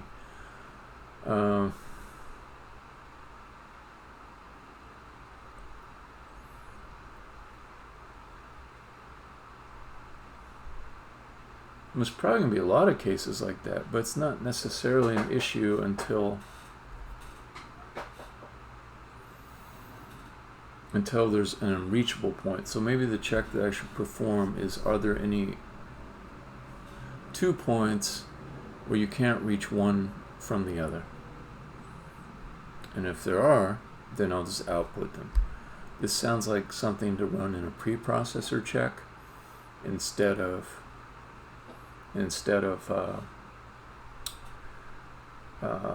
every time that I update the graph, because it'll be like a iterative check, like for each point, is there some path that gets to each other point? That's quite a few calcs. I don't want that to run every single time that I drag things around. Okay. I already have this warning, can't find a path from this to that. Honestly, that should suffice. That should suffice. Let me boost up the signal on it though. I think I can do an error.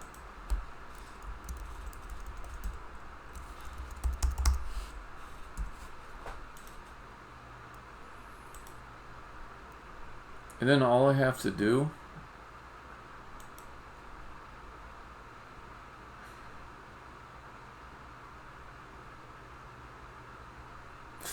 no, you know what? I am gonna write the check, because if I don't, there will be bugs that I will not know about until I've done a lot of play testing to find them. So let me put this back in the state where it causes that problem.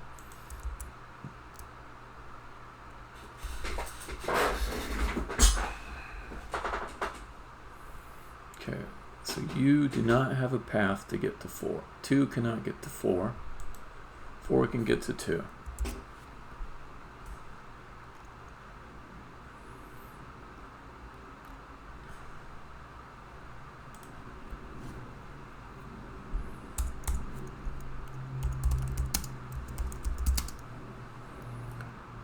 Reciprocity, that was the word I was struggling for.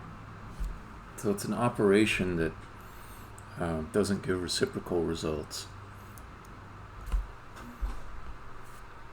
So if you say A is less than B, the operator less than, the inverse operator of it, greater than, will give reciprocal results if you swap the order. So B is less than A. So this operator I have, which is find the node between A and B, it doesn't operate with reciprocity when I perform the inverse operation with the A and B swapped. That was the concept I was struggling to get into my head. Verify reachability. Verify all points, all stages are reachable.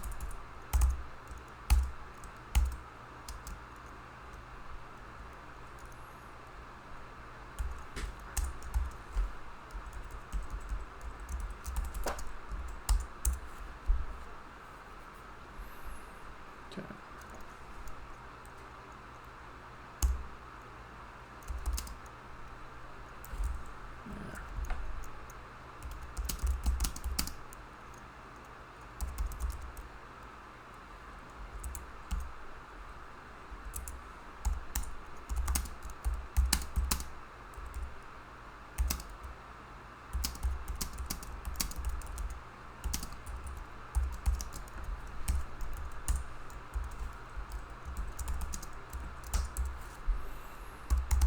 This is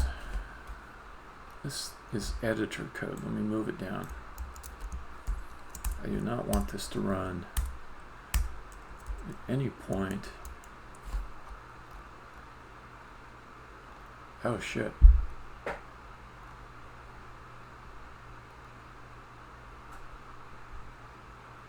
Okay. If I have to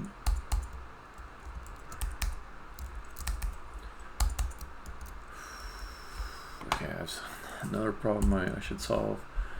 I'll come back to it just for a moment. Just make sure. What is calling this? It's not editor code. Yeah, that's right. Okay, get travel direction to. What's calling that? Nothing's calling it? Oh, well, if that's true, I'll find out for sure, but if that's true, I can get rid of one of those two.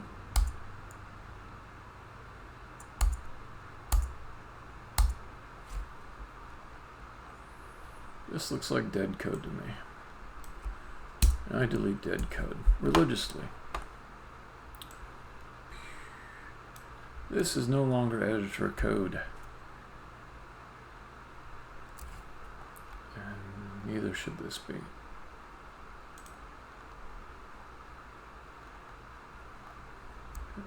Yoink.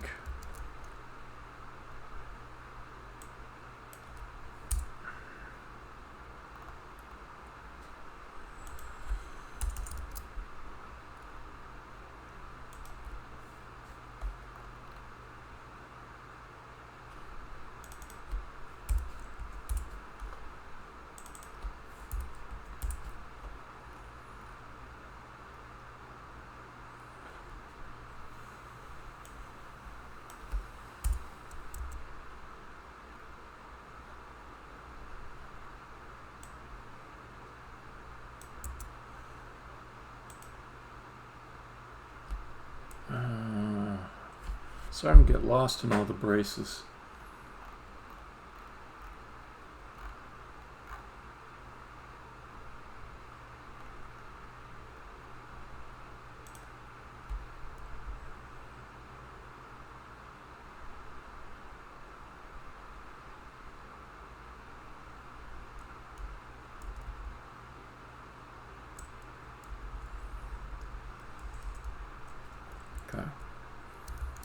this definitely goes outside this block. And this code just would not have compiled for the player. At some point I really should just do a player build and see what all breaks. That's like a full day thing.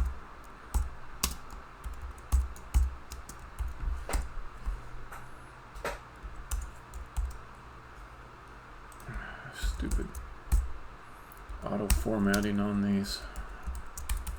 You can turn it completely off and then it's like it's too much. It's throwing out babies with the bathwater. But okay, so what I want to be able to do is to say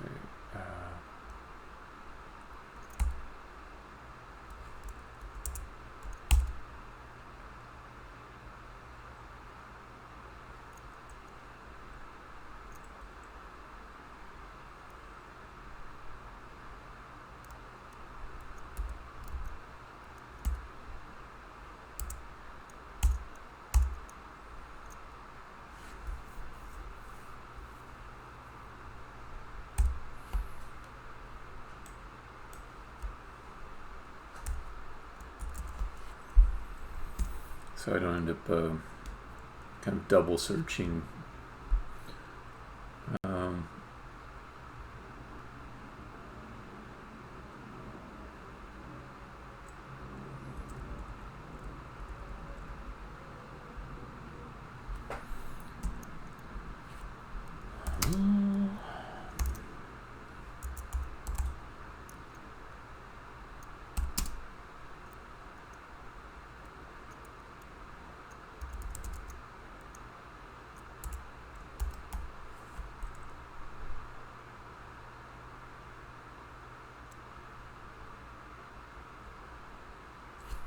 Just make this be return a bool if it found the path. That'll be a lot easier.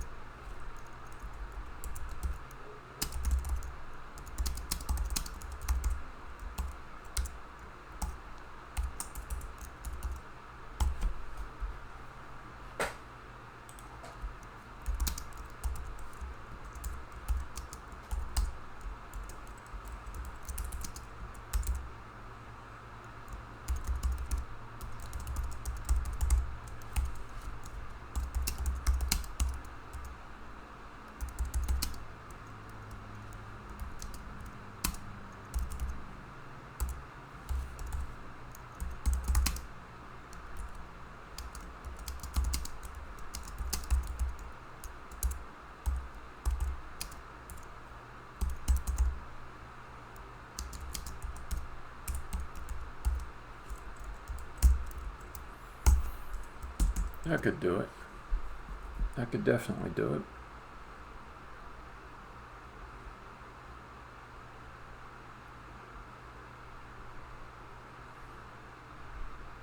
So this is not efficient code.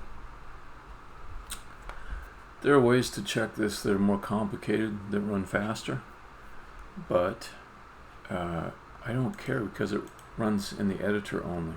It's not playtime code.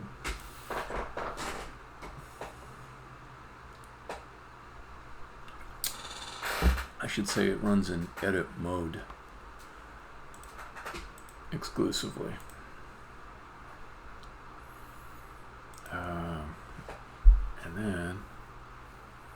can hook this into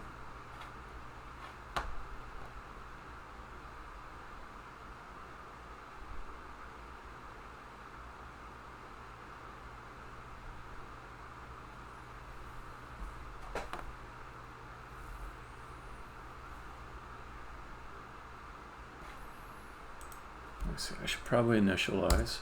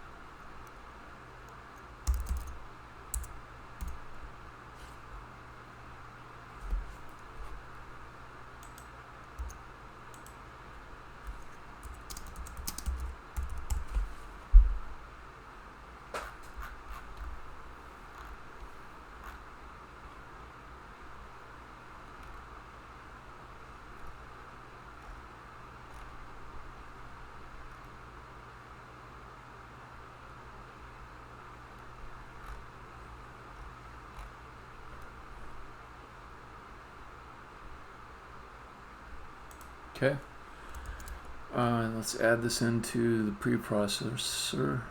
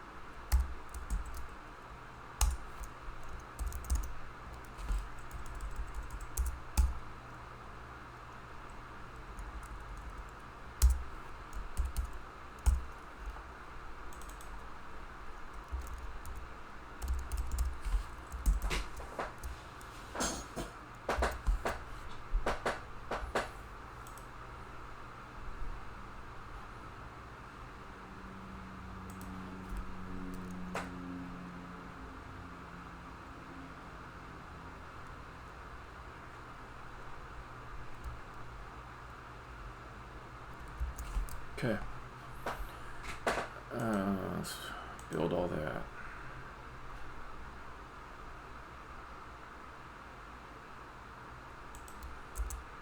Okay, let me run the preprocessor and see what problems it finds. Maybe way too many.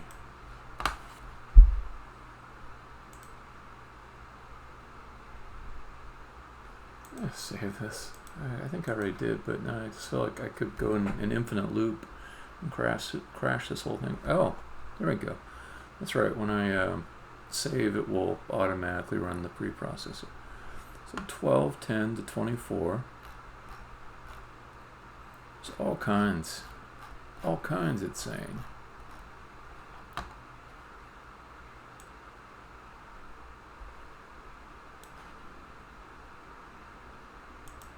Ran pretty fast. Okay, so let's see this. 12, 10 to 24. Can you get that?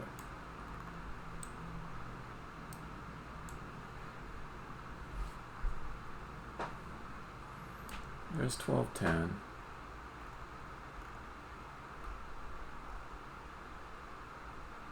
Where is 24? I don't even see 24.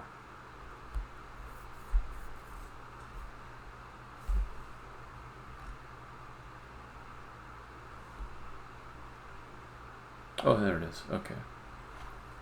So 1210 is here. 24 is way over there.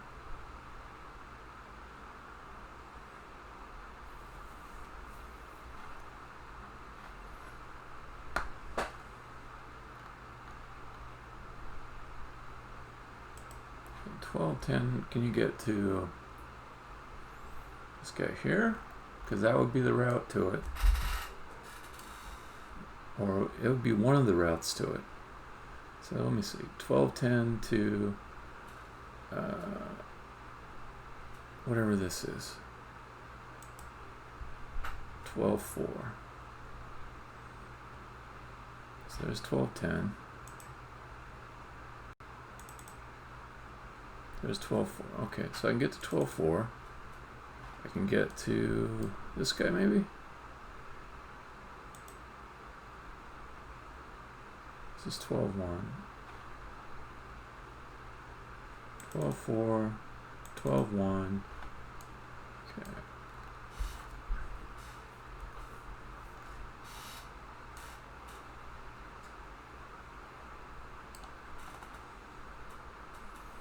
Okay, so 12.1 to either this guy, 12.2. Okay, still works. Does it? Hold on. 12.1.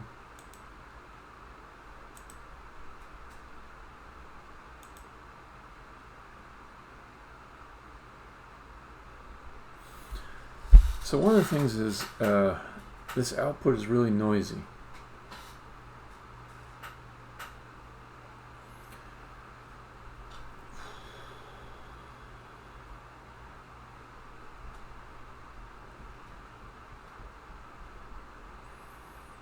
It checks everything, but I don't really want to check everything if I think about it. I'm interested in these sort of one-way connections that aren't right.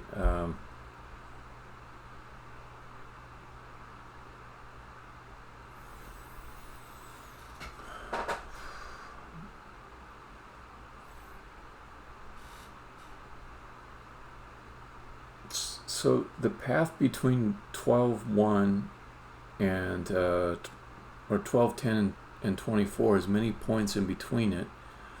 And while it's true that it's a problem that I can't get between 12.10 and 24,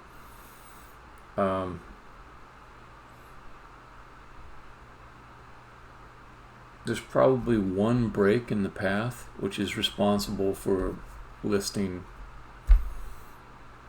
306 problems, because not only can I not get from 12.10 to 24, but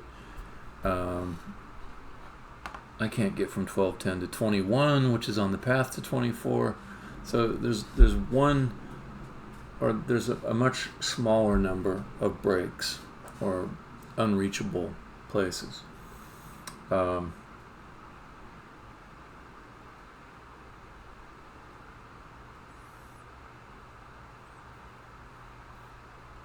I really want to just describe just minimally the cases where there's a break that would in the path that would affect a whole bunch of other potential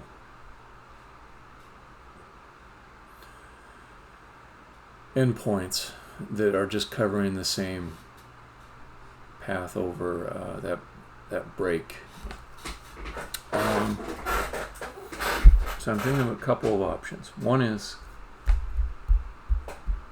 I could continue testing all the possible routes and then apply some logic once I find a break to narrow it down to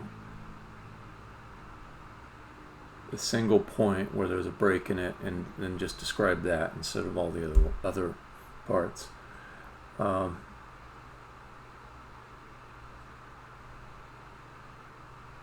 That seems a little involved.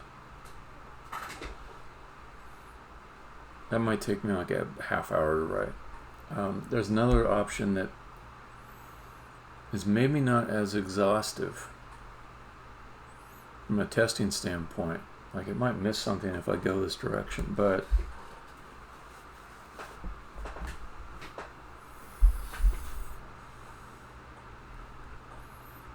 I think it would catch most of the problems I care about. I could say that for any hand stage, evaluate for all of its neighbors if you can go in the reverse direction and reach that point.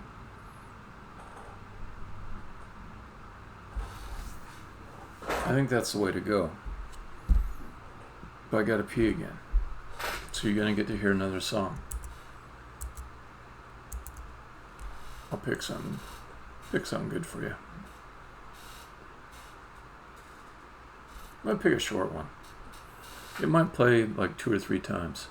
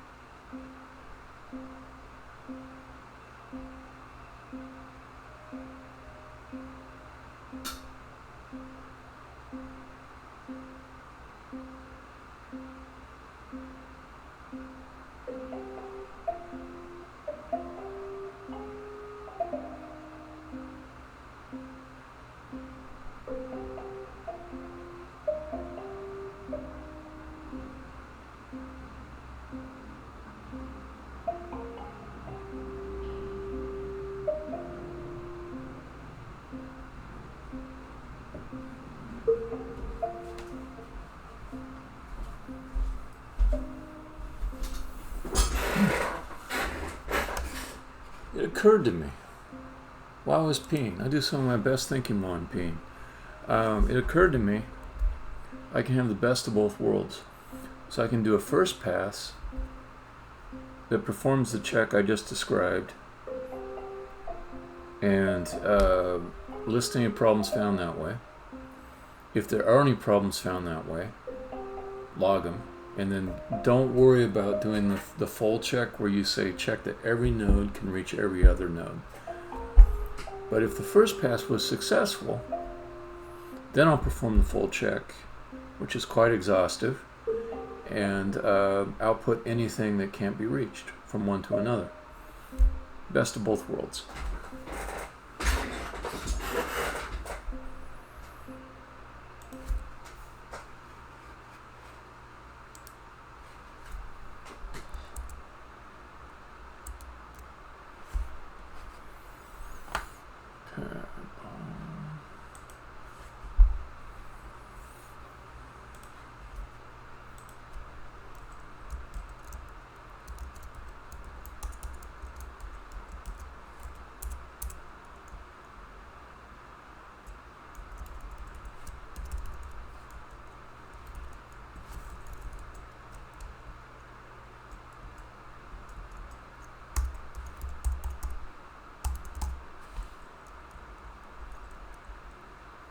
Reciprocal reachability.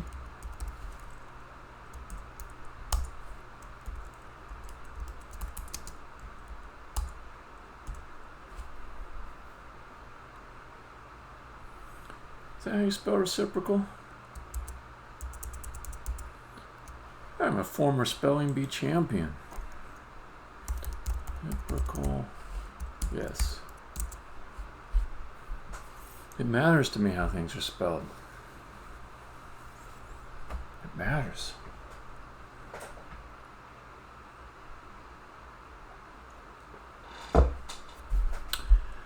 It matters to me that Unity decided to use British spelling on words like behavior.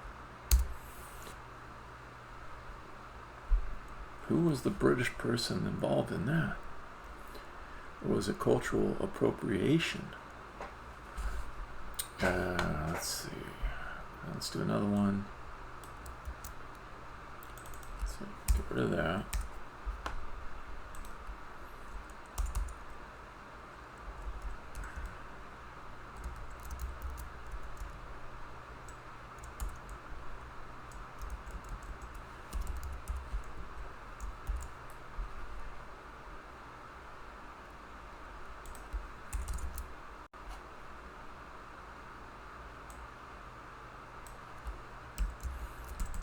More something more general.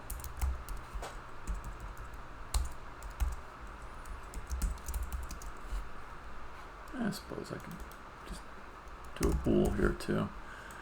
Okay, take this. Bam.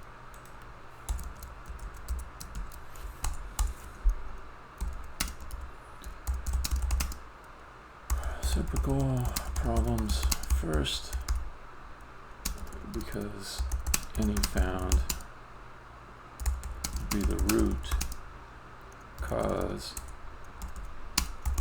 of issues found in all stages in the more thorough check of reachability.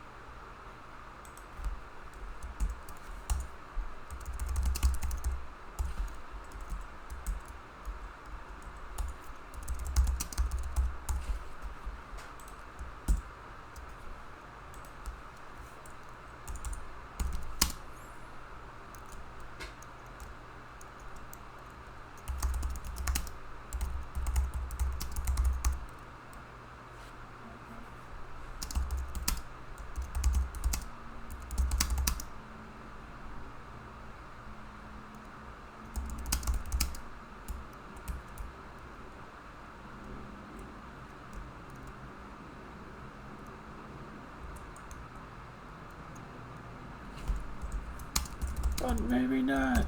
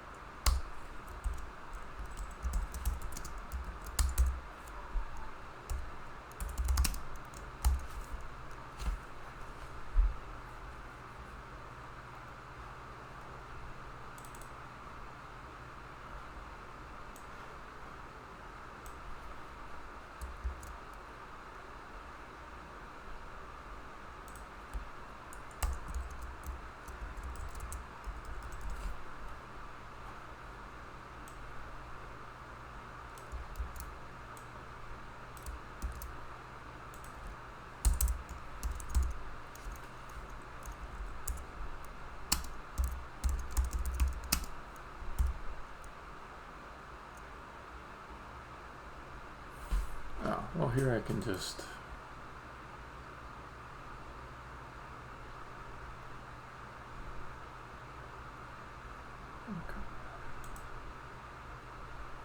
okay, that's fine.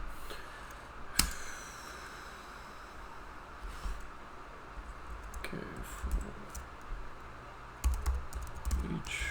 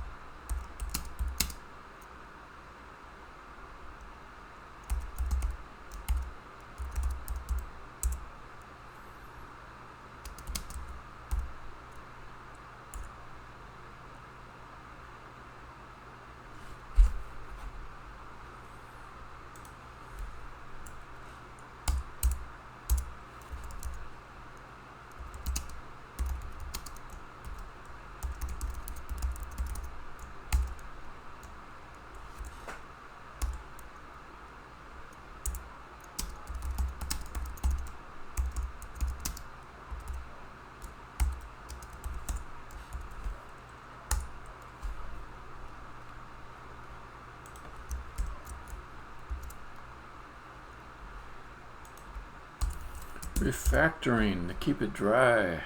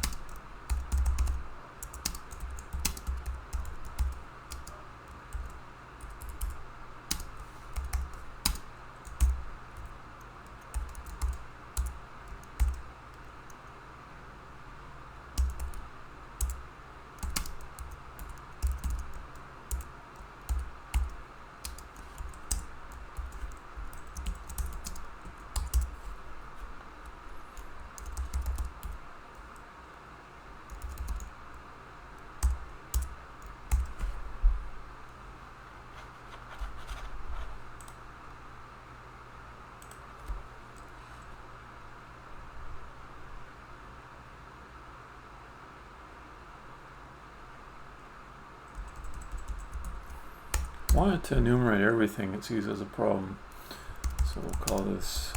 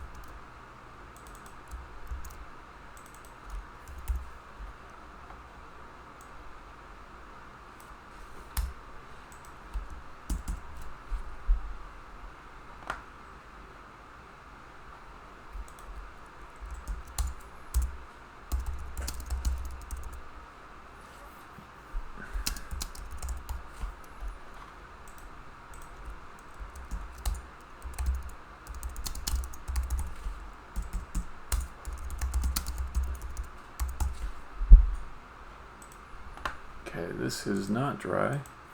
Let's see if I've already got this in my direction util.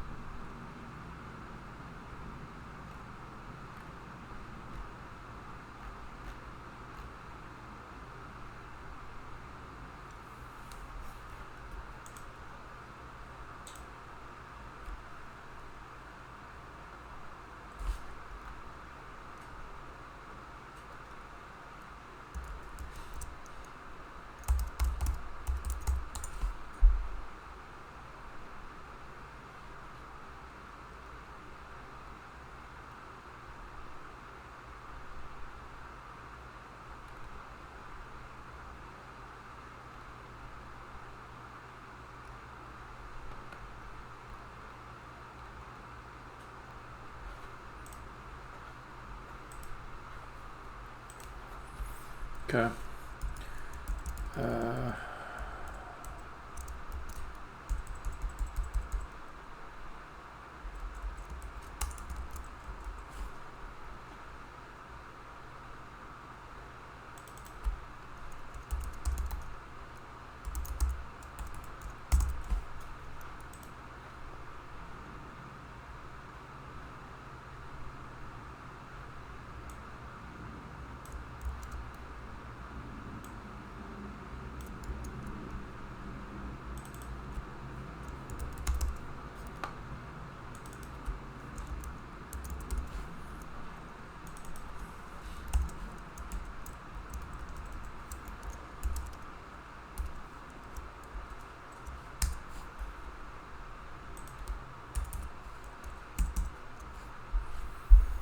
What?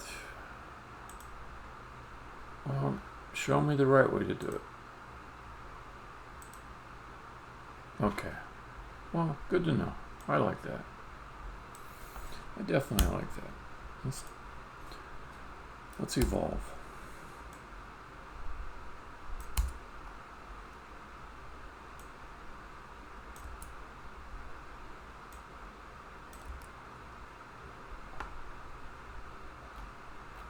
Okay.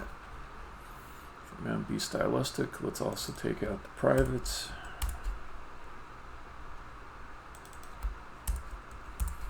With all their verbosity and redundancy.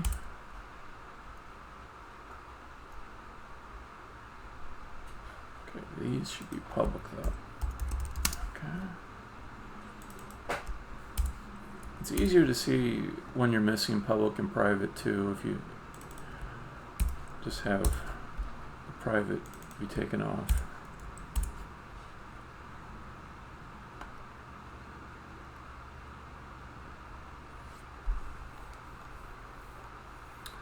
Okay, so if I do that, I come back to Hand Stage Manager, I gotta make sure these are exactly the same, otherwise I'll get into trouble.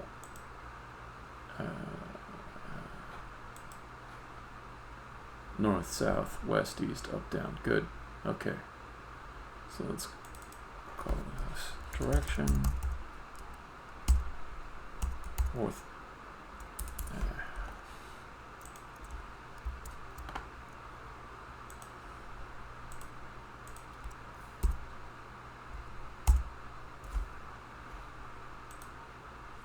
Oh, this always confuses me.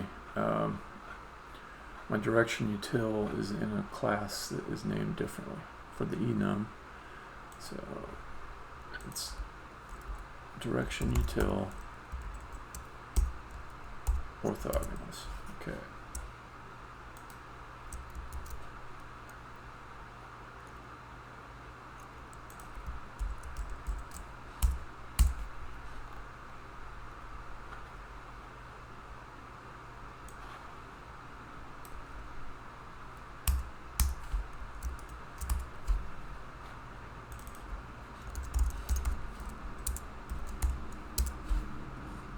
Except I misspelled it. Mr. Spelling Bee Champion.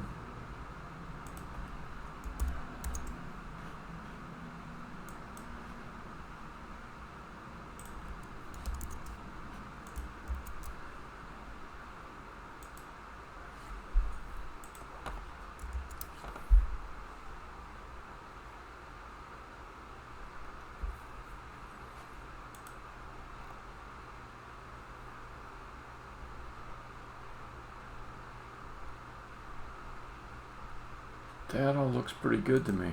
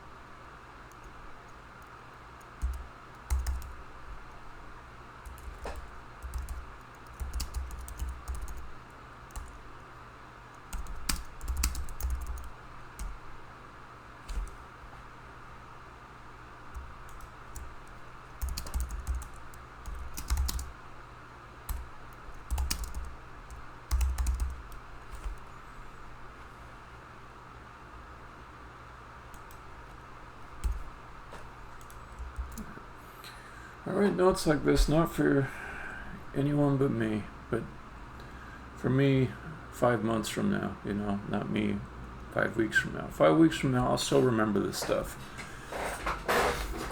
But if I gotta come back and update it 5 months from now, this really helps. Okay. Make sure that all builds.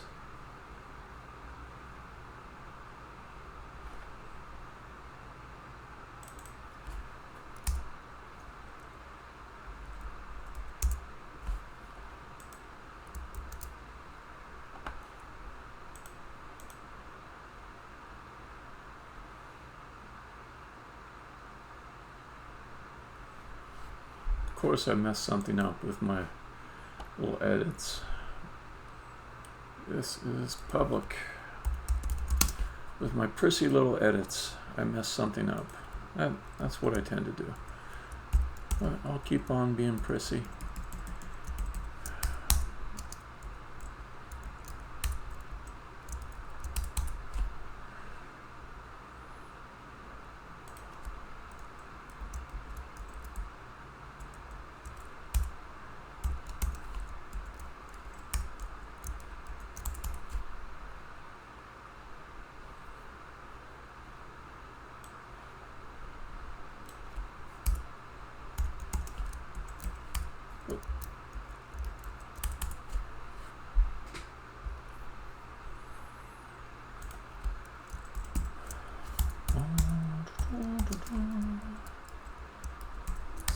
Habit I've picked up from the JavaScript world. Actually, from one person. One person sent me down this path of conciseness. His name is Brett Ritter.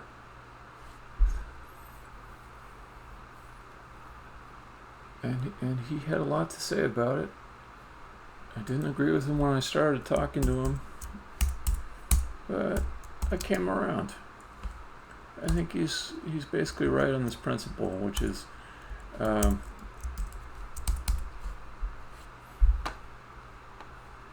know, not to the point of obfuscating the code, but you do want to make your code concise and take a small amount of space on the screen. You want to be able to take advantage of seeing as much code as you can on the screen at one time and processing it in your mind. If you've got all kinds of verbosity, you won't be able to see as much on the screen at one time. You won't be able to think as quickly about how the code works. So you do want denser code. Just to aid your mental processing of it, up until the point where you're obfuscating, where it becomes harder to understand it because you've made it so friggin' cleverly tight and small. Gray areas around that for me are ternary operators and some of these logical operators that do the same thing as a if-else type of logic. Sometimes my eye just doesn't read them that fast, but for the most part, I think making everything more concise is an aid to understanding code better. Let's see what else is breaking. Okay.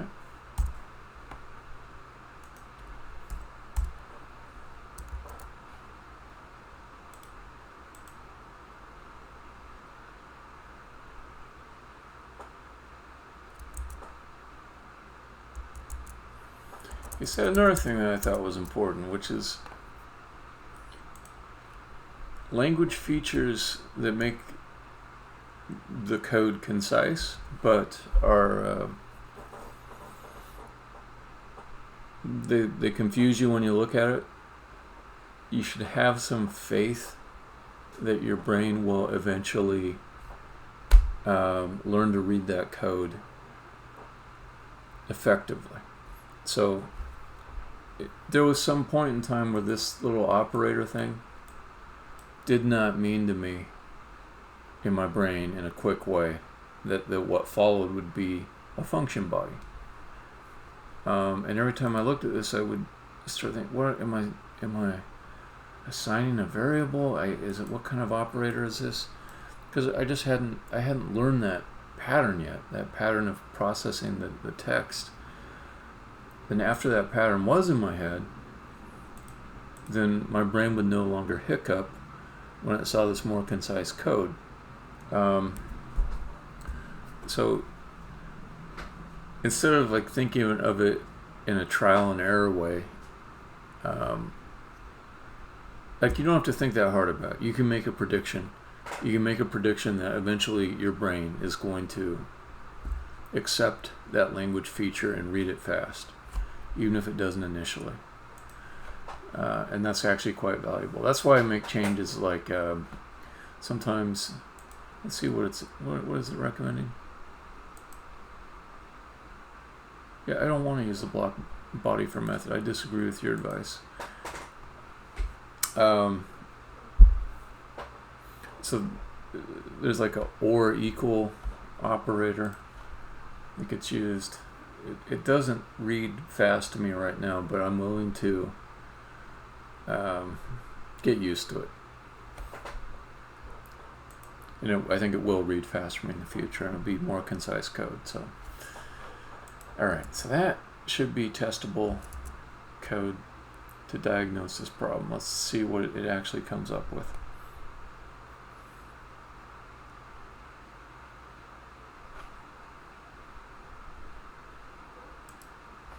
Okay, so if I go up here, say pre-process the level.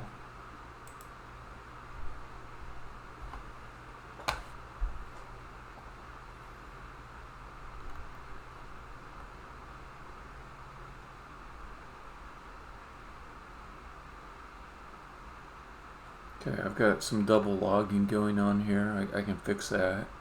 But this is nice though. It found 2 problems instead of 300 problems. Let me fix the double logging.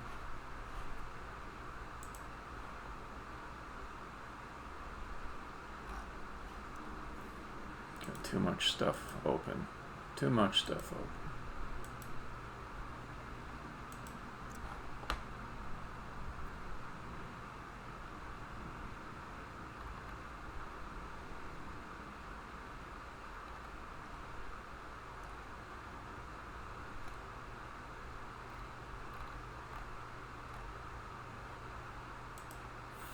Alright,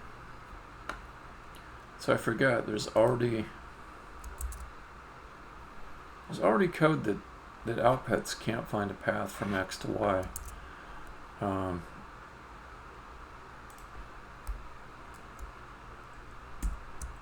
Let me just take this out. Don't need it.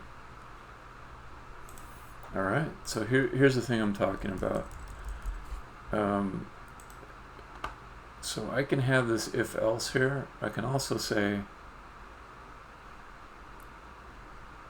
success and equals. So that means that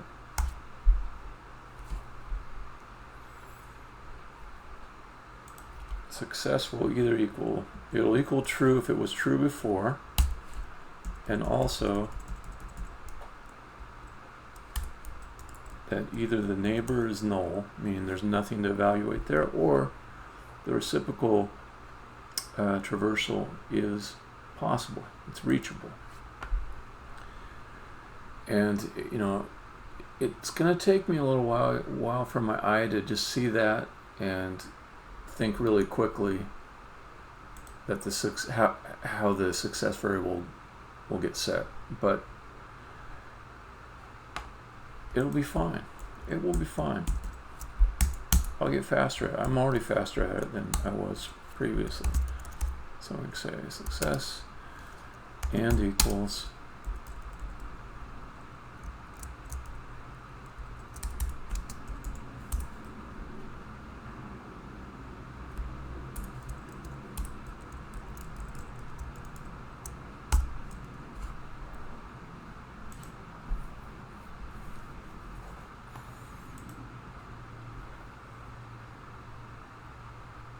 okay.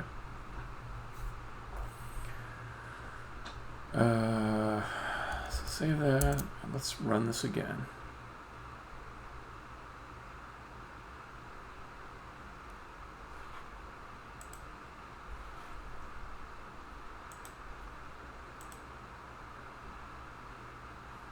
See, it's pretty elegant reporting of a problem. Let's check it out. 20 to 21. This is probably going to be the break point between the two. Okay, so if I go to 20, I can't get to 21. But 21 can get to 20. Yeah. Alright, so where are we at? 21 and 20. 20, 21. 20 needs to be able to get to 21.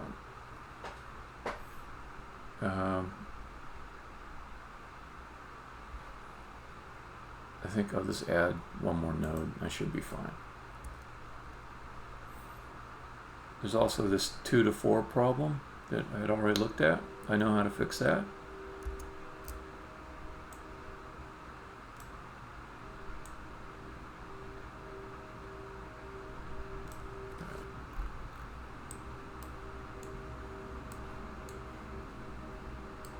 Okay, that one should be good. So let me check. So 20 now can go to 21.1. 21.1 can get back to 20, and it can also go to 21. 21 can get back to 21.1. So that's all good. So let me run the preprocessor again. I expect to just see one problem left. Yep, just 2 to 4. And I know how to fix that.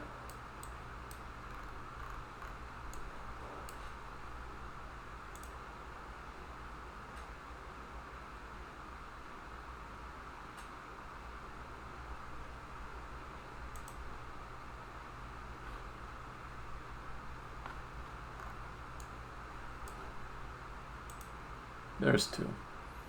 So right now it doesn't show me path to 4, but if I move it 1 to the right, 1 to the east, it can get to 4. So then I run preprocess level again. I'm going to clear the output so it's all just from this. Total success. Okay.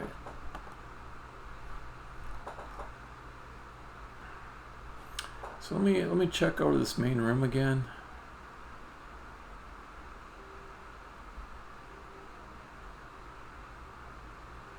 Actually, I don't want to check over the main room again. I already know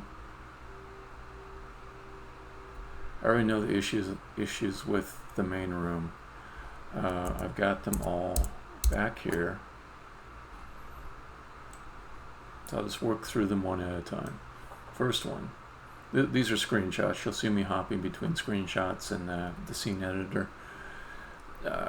Okay, the first one is if I'm up in that corner, I can't see the hand.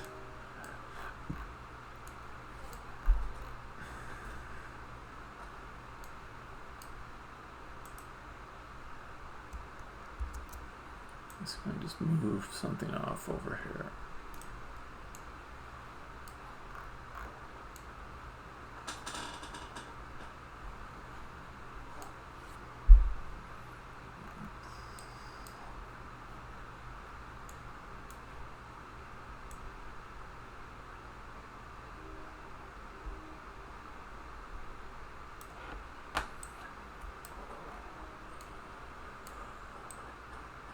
I hope I'm not competing with the greet point, because I want that greet point to just really be where the hands are.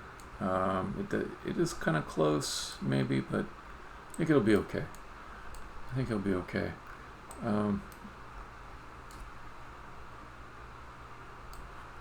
I can bring this down a little bit more.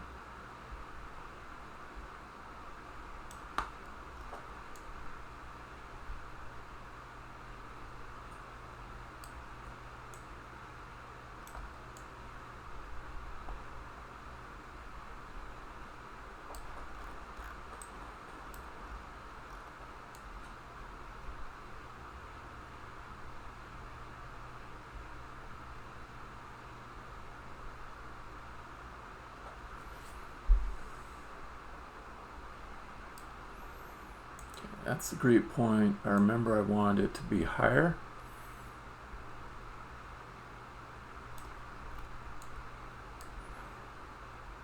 Maybe I'll bring it forward a little bit just to make sure it's competing well with the other points that are also a little bit forward, like that new one I made. Also remember it not being centered, and I do want it to be centered. So maybe it needs to just come over one.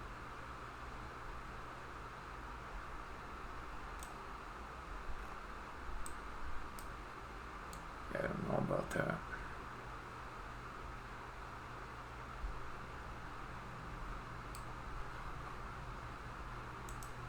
This might be one that I go off grid for.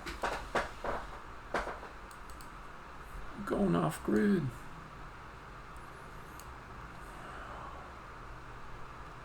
Okay. Alright, I'm going to assume that I've got this one covered. I'll just close it without saving. Let's see the next. Okay. Bottom left. Inside the pit.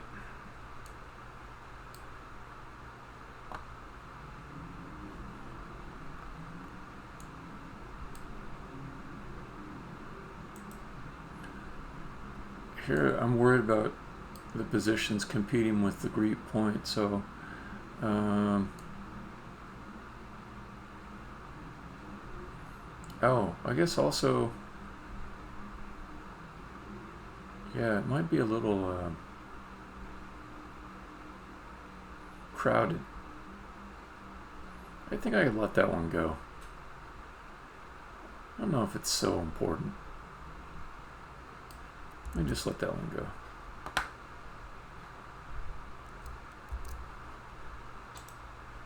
Next, yeah, this area I want to cover.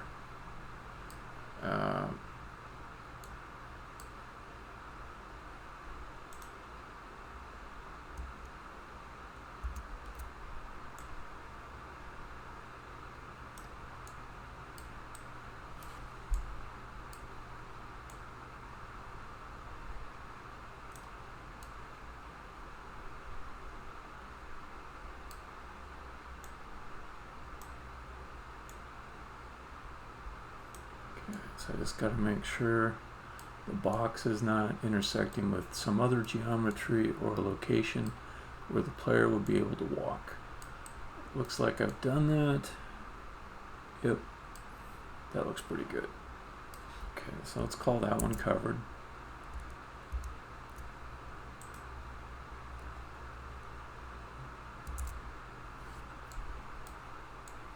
Okay, this corner apparently needs a little bit of attention.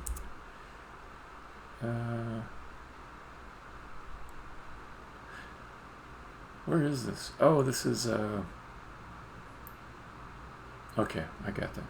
I think I already have this covered. This was the northeast corner of the room that I added a stage to. This was the where I wanted the hands to be up higher.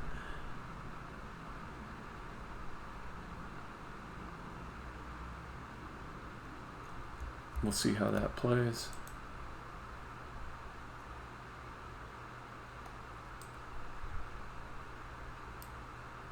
Okay, in this corner of the room, apparently it's not represented. Oh wait. No, I worked through all the cases. No, this is all fine. All right, let's check the reachability again. Good reachability. Save. All right. So there's a lot of stuff there to check out.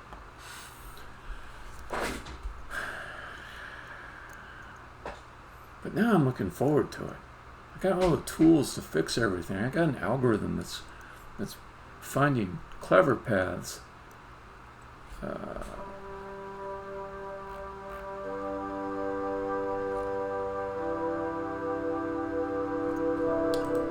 Okay.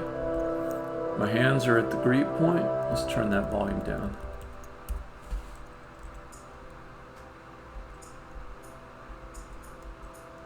If I go over here,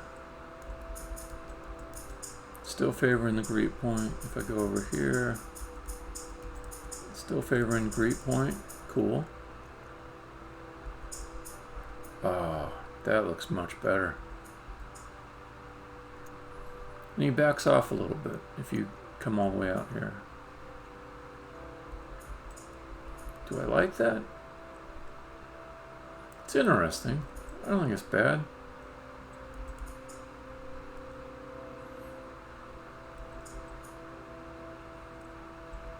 It is a way to show that he reacts to you when you're out on this little plank messing around.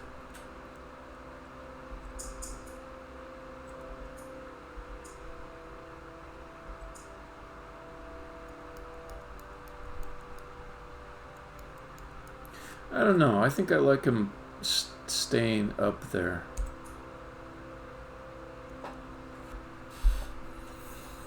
Okay.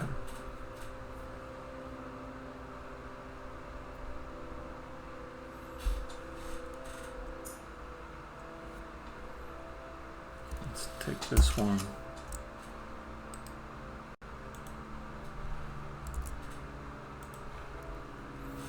Alright, let's drop down to the pit. You can't see him here, but I've made peace with that.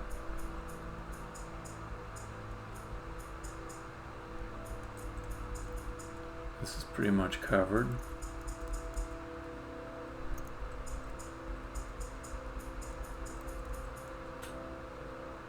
Alright, he's there.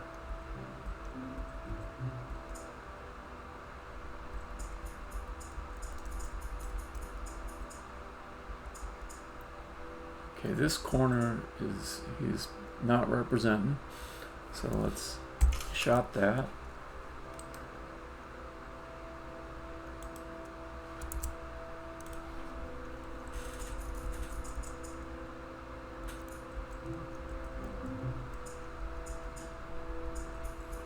This area I just love, because there's that thing where you try to escape from somebody by walking around the side of the tree or telephone pole that they're not on, and they just like come around the other way.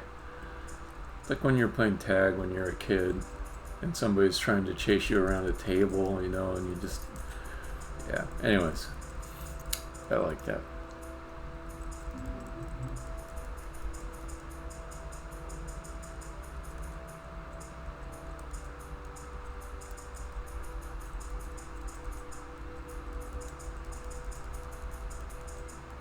That's covered pretty well.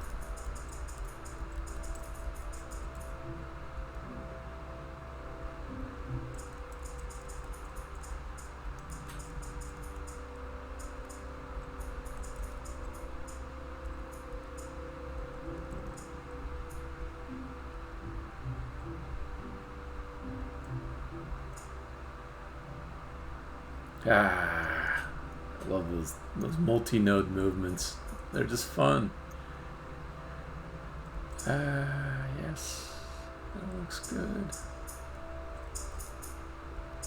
And it fixed the original bug from a few hours back. I don't mind his movements being inefficient. I mean, they're fun to watch.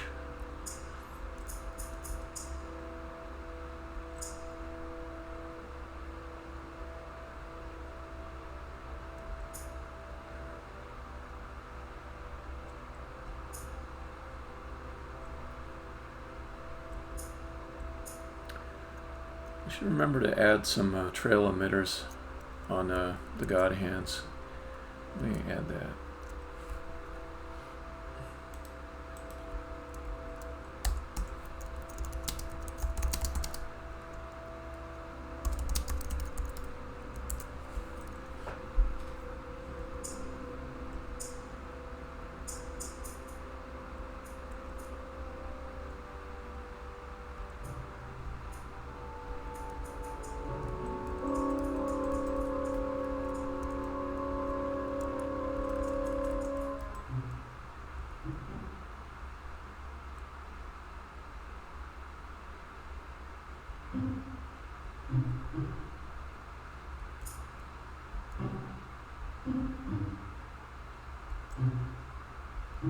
Yeah, I can see a shadow. That's a nice little premonition that he's gonna come mess with you a little bit. Okay. There he is. Yes. Perfect. Because there was a worry that he would start talking to you here, but you wouldn't see him. But he's pretty much there. If I want to, I can tweak it later, so that he doesn't start talking to you until you're actually up on these steps, and then you'd see him when he was talking to you.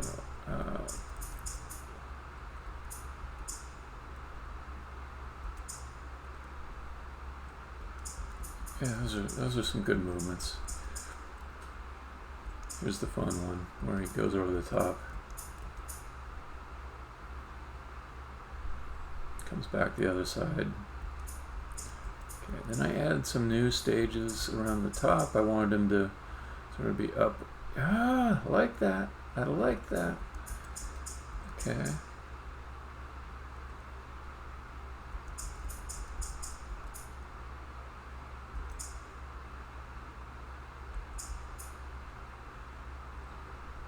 Not bad at all. Now I'm going to test him. I'll drop way down and he'll find a path and come down to meet me.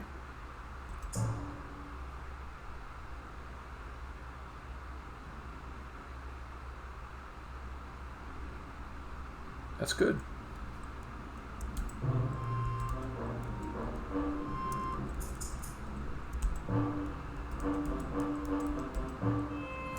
Back in this room with Fling, it's more test to see how he does when I move around fast.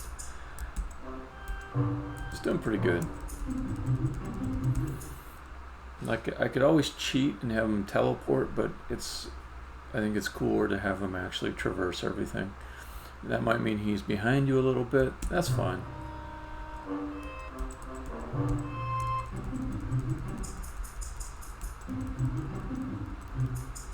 Yeah, he gets around pretty good.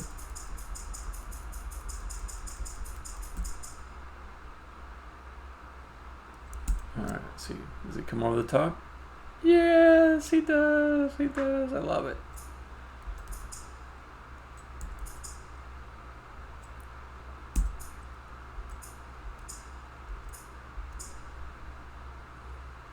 And you can see the shadow as evidence that he's moving around.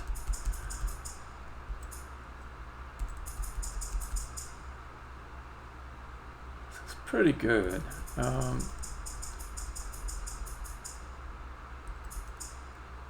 I don't like him tucking down there. I want something closer to you to be picked, so let's take that shot.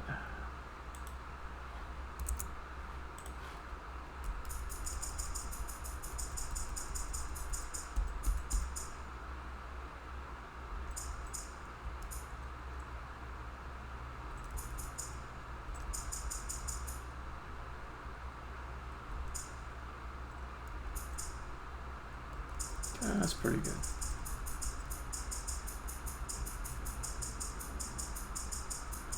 Ah, okay, that's one we gotta fix.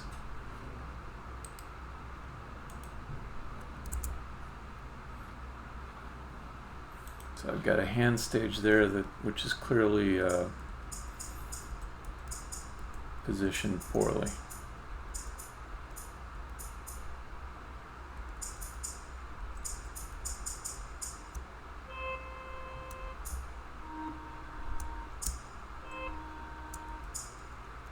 That's pretty good.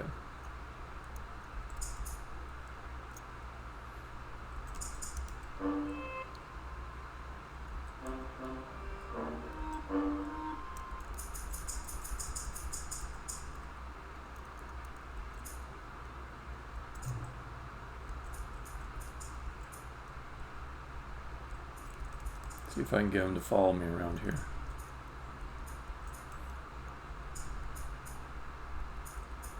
I think I did the best I could on this. So he's still hanging around, and you'll get some evidence that he's going to be here, but he just won't be visible throughout the arena because I don't want him to be obscuring your view.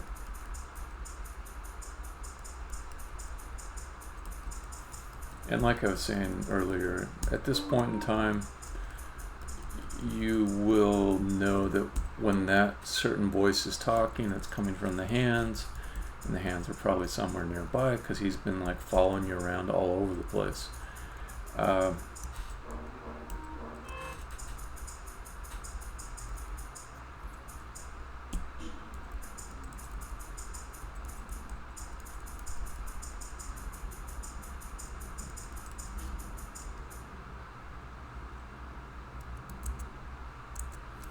Different bug.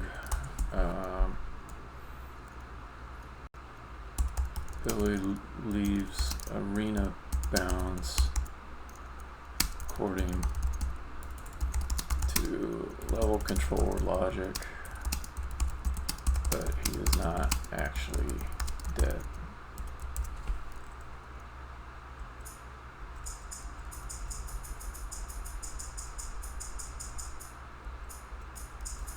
The lighting here is really bad.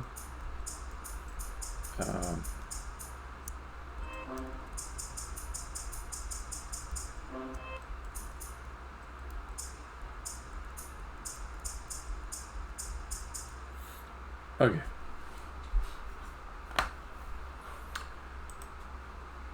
So I am almost ready to end the session here. I'm going to fix the problems that I found.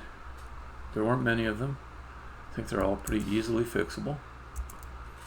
And I think that'll be the end of the session. So maybe 5 minutes from now I'll be done. It jinxes me if I say that perhaps, but I don't know. I'm feeling good.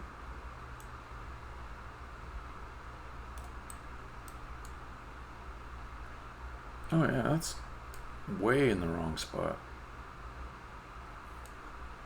Ow, I know why I did it though. So I needed a path to get over to here. Okay, so let's go back to where I still got the path.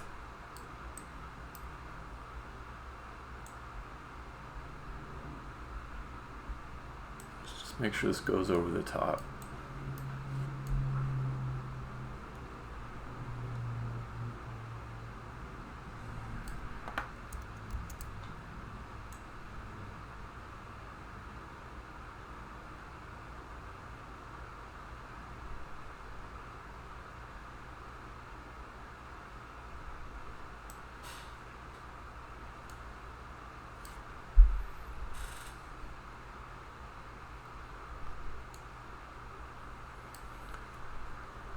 Probably so he doesn't automatically jump up there when you're close to that area. Let's make a nicer place for him to be when you're just standing in that area.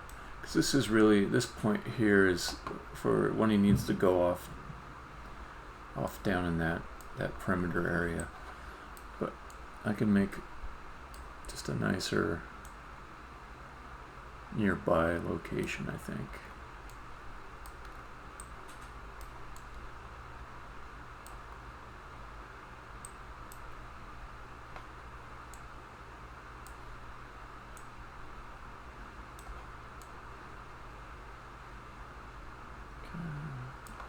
Get him down a little bit more.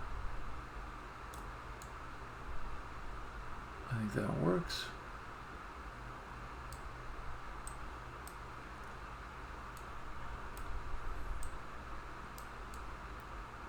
Okay, just double check these. That should be above everything. Okay. Let's see if I...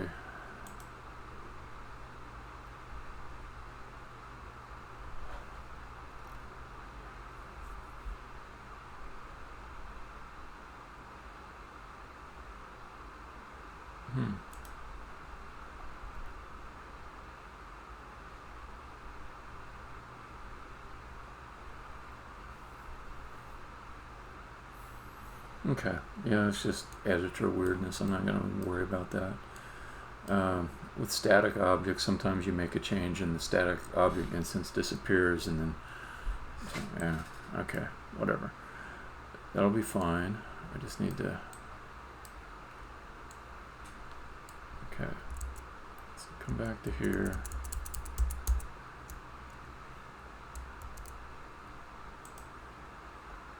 Okay, there, I want them to come up a little bit more.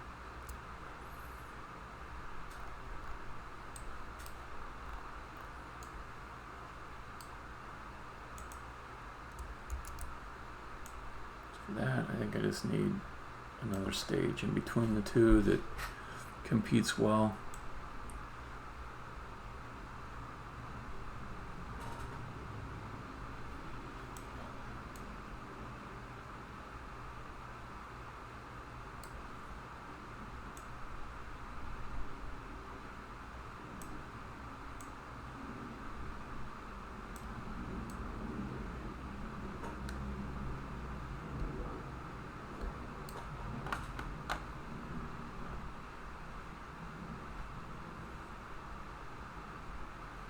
Double check the bounds.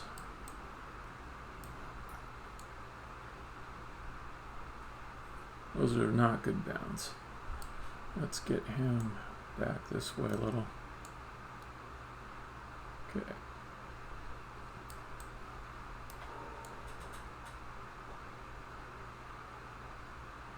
Okay, I think that'll fix it.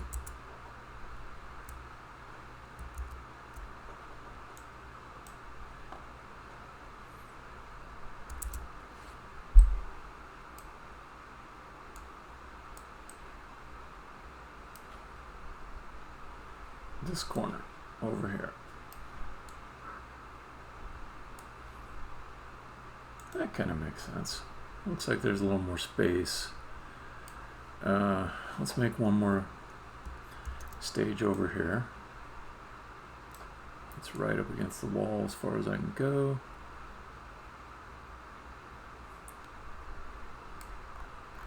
And I'm not going to worry about it hitting this corner here, because in truth, this bounding area is more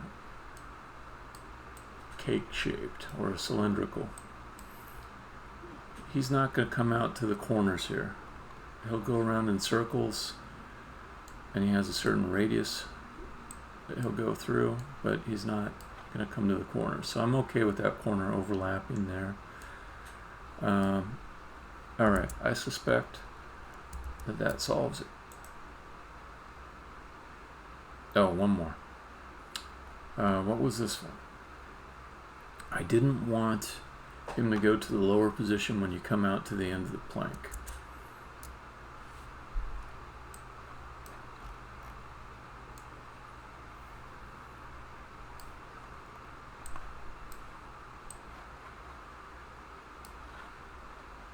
Alright, there's the plank. Here's the greet position. And I think he was going to this guy here.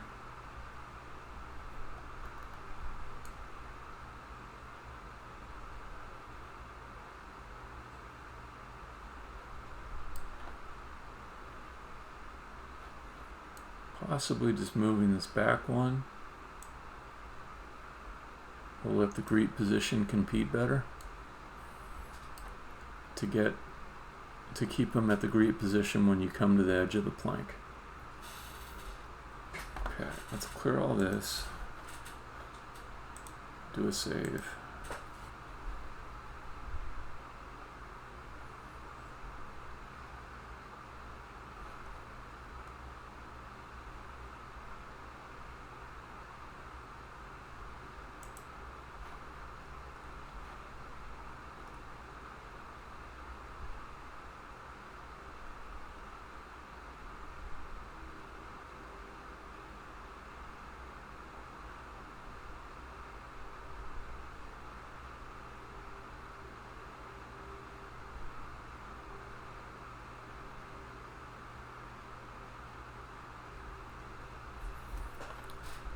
You know what I'm thinking is,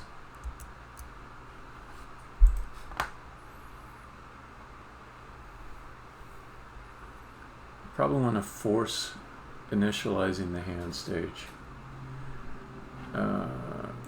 Just because in the editor you can get your static data in a screwy state pretty easily. So I don't mind just forcing it. If I say init and it's already there, it's going to overwrite what was there previously. Okay, let's take that out, put this in, and this should no longer be used.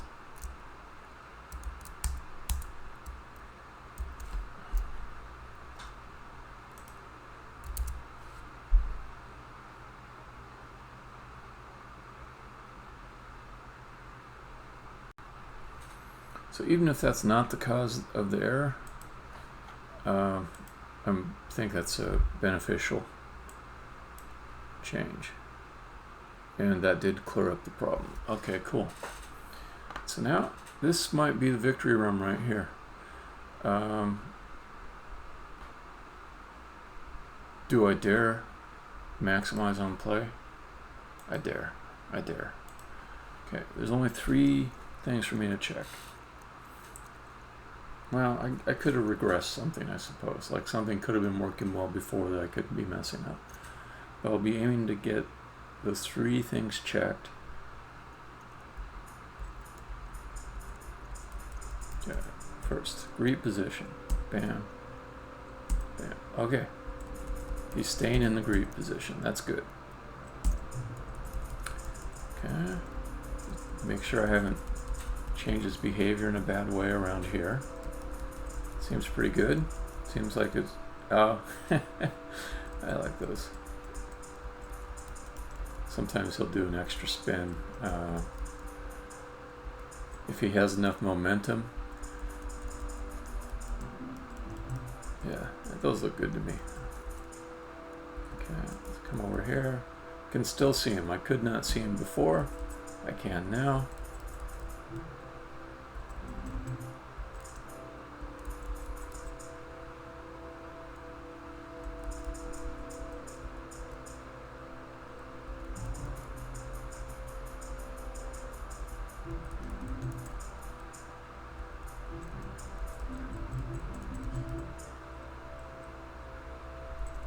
Okay.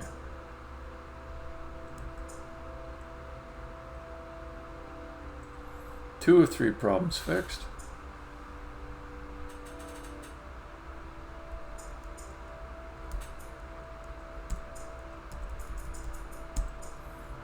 I'm going to get through this fast to go to the 3rd place. Last remaining problem to check on.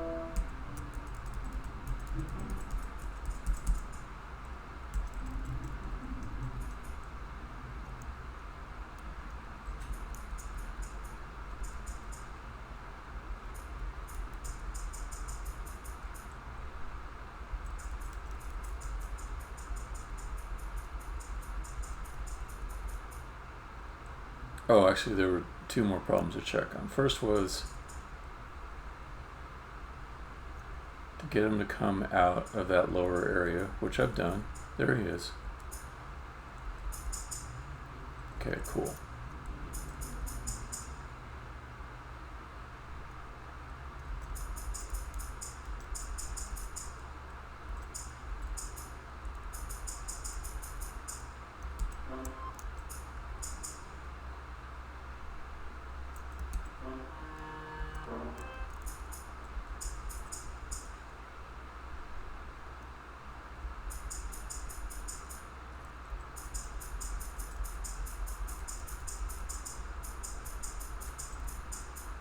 Okay, does he go through the wall here?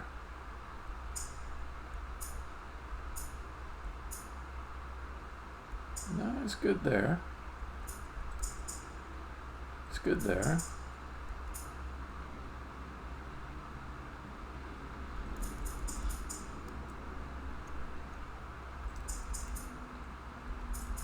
It's looking good. It's looking real good.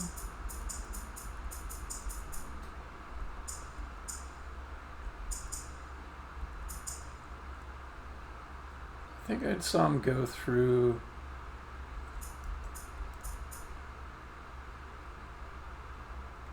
Did he go through the rail? He should be above it.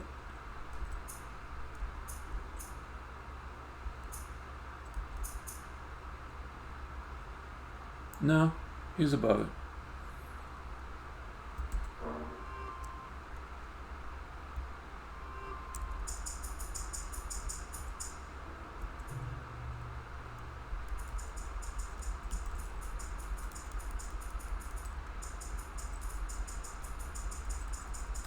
Just verify that he can get down to here.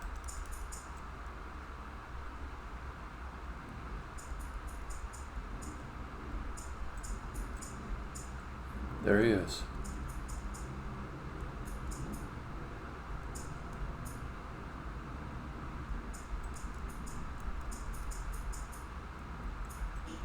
Okay. That is success. That is definitely success. Alright. I've got some more things I definitely gotta get done.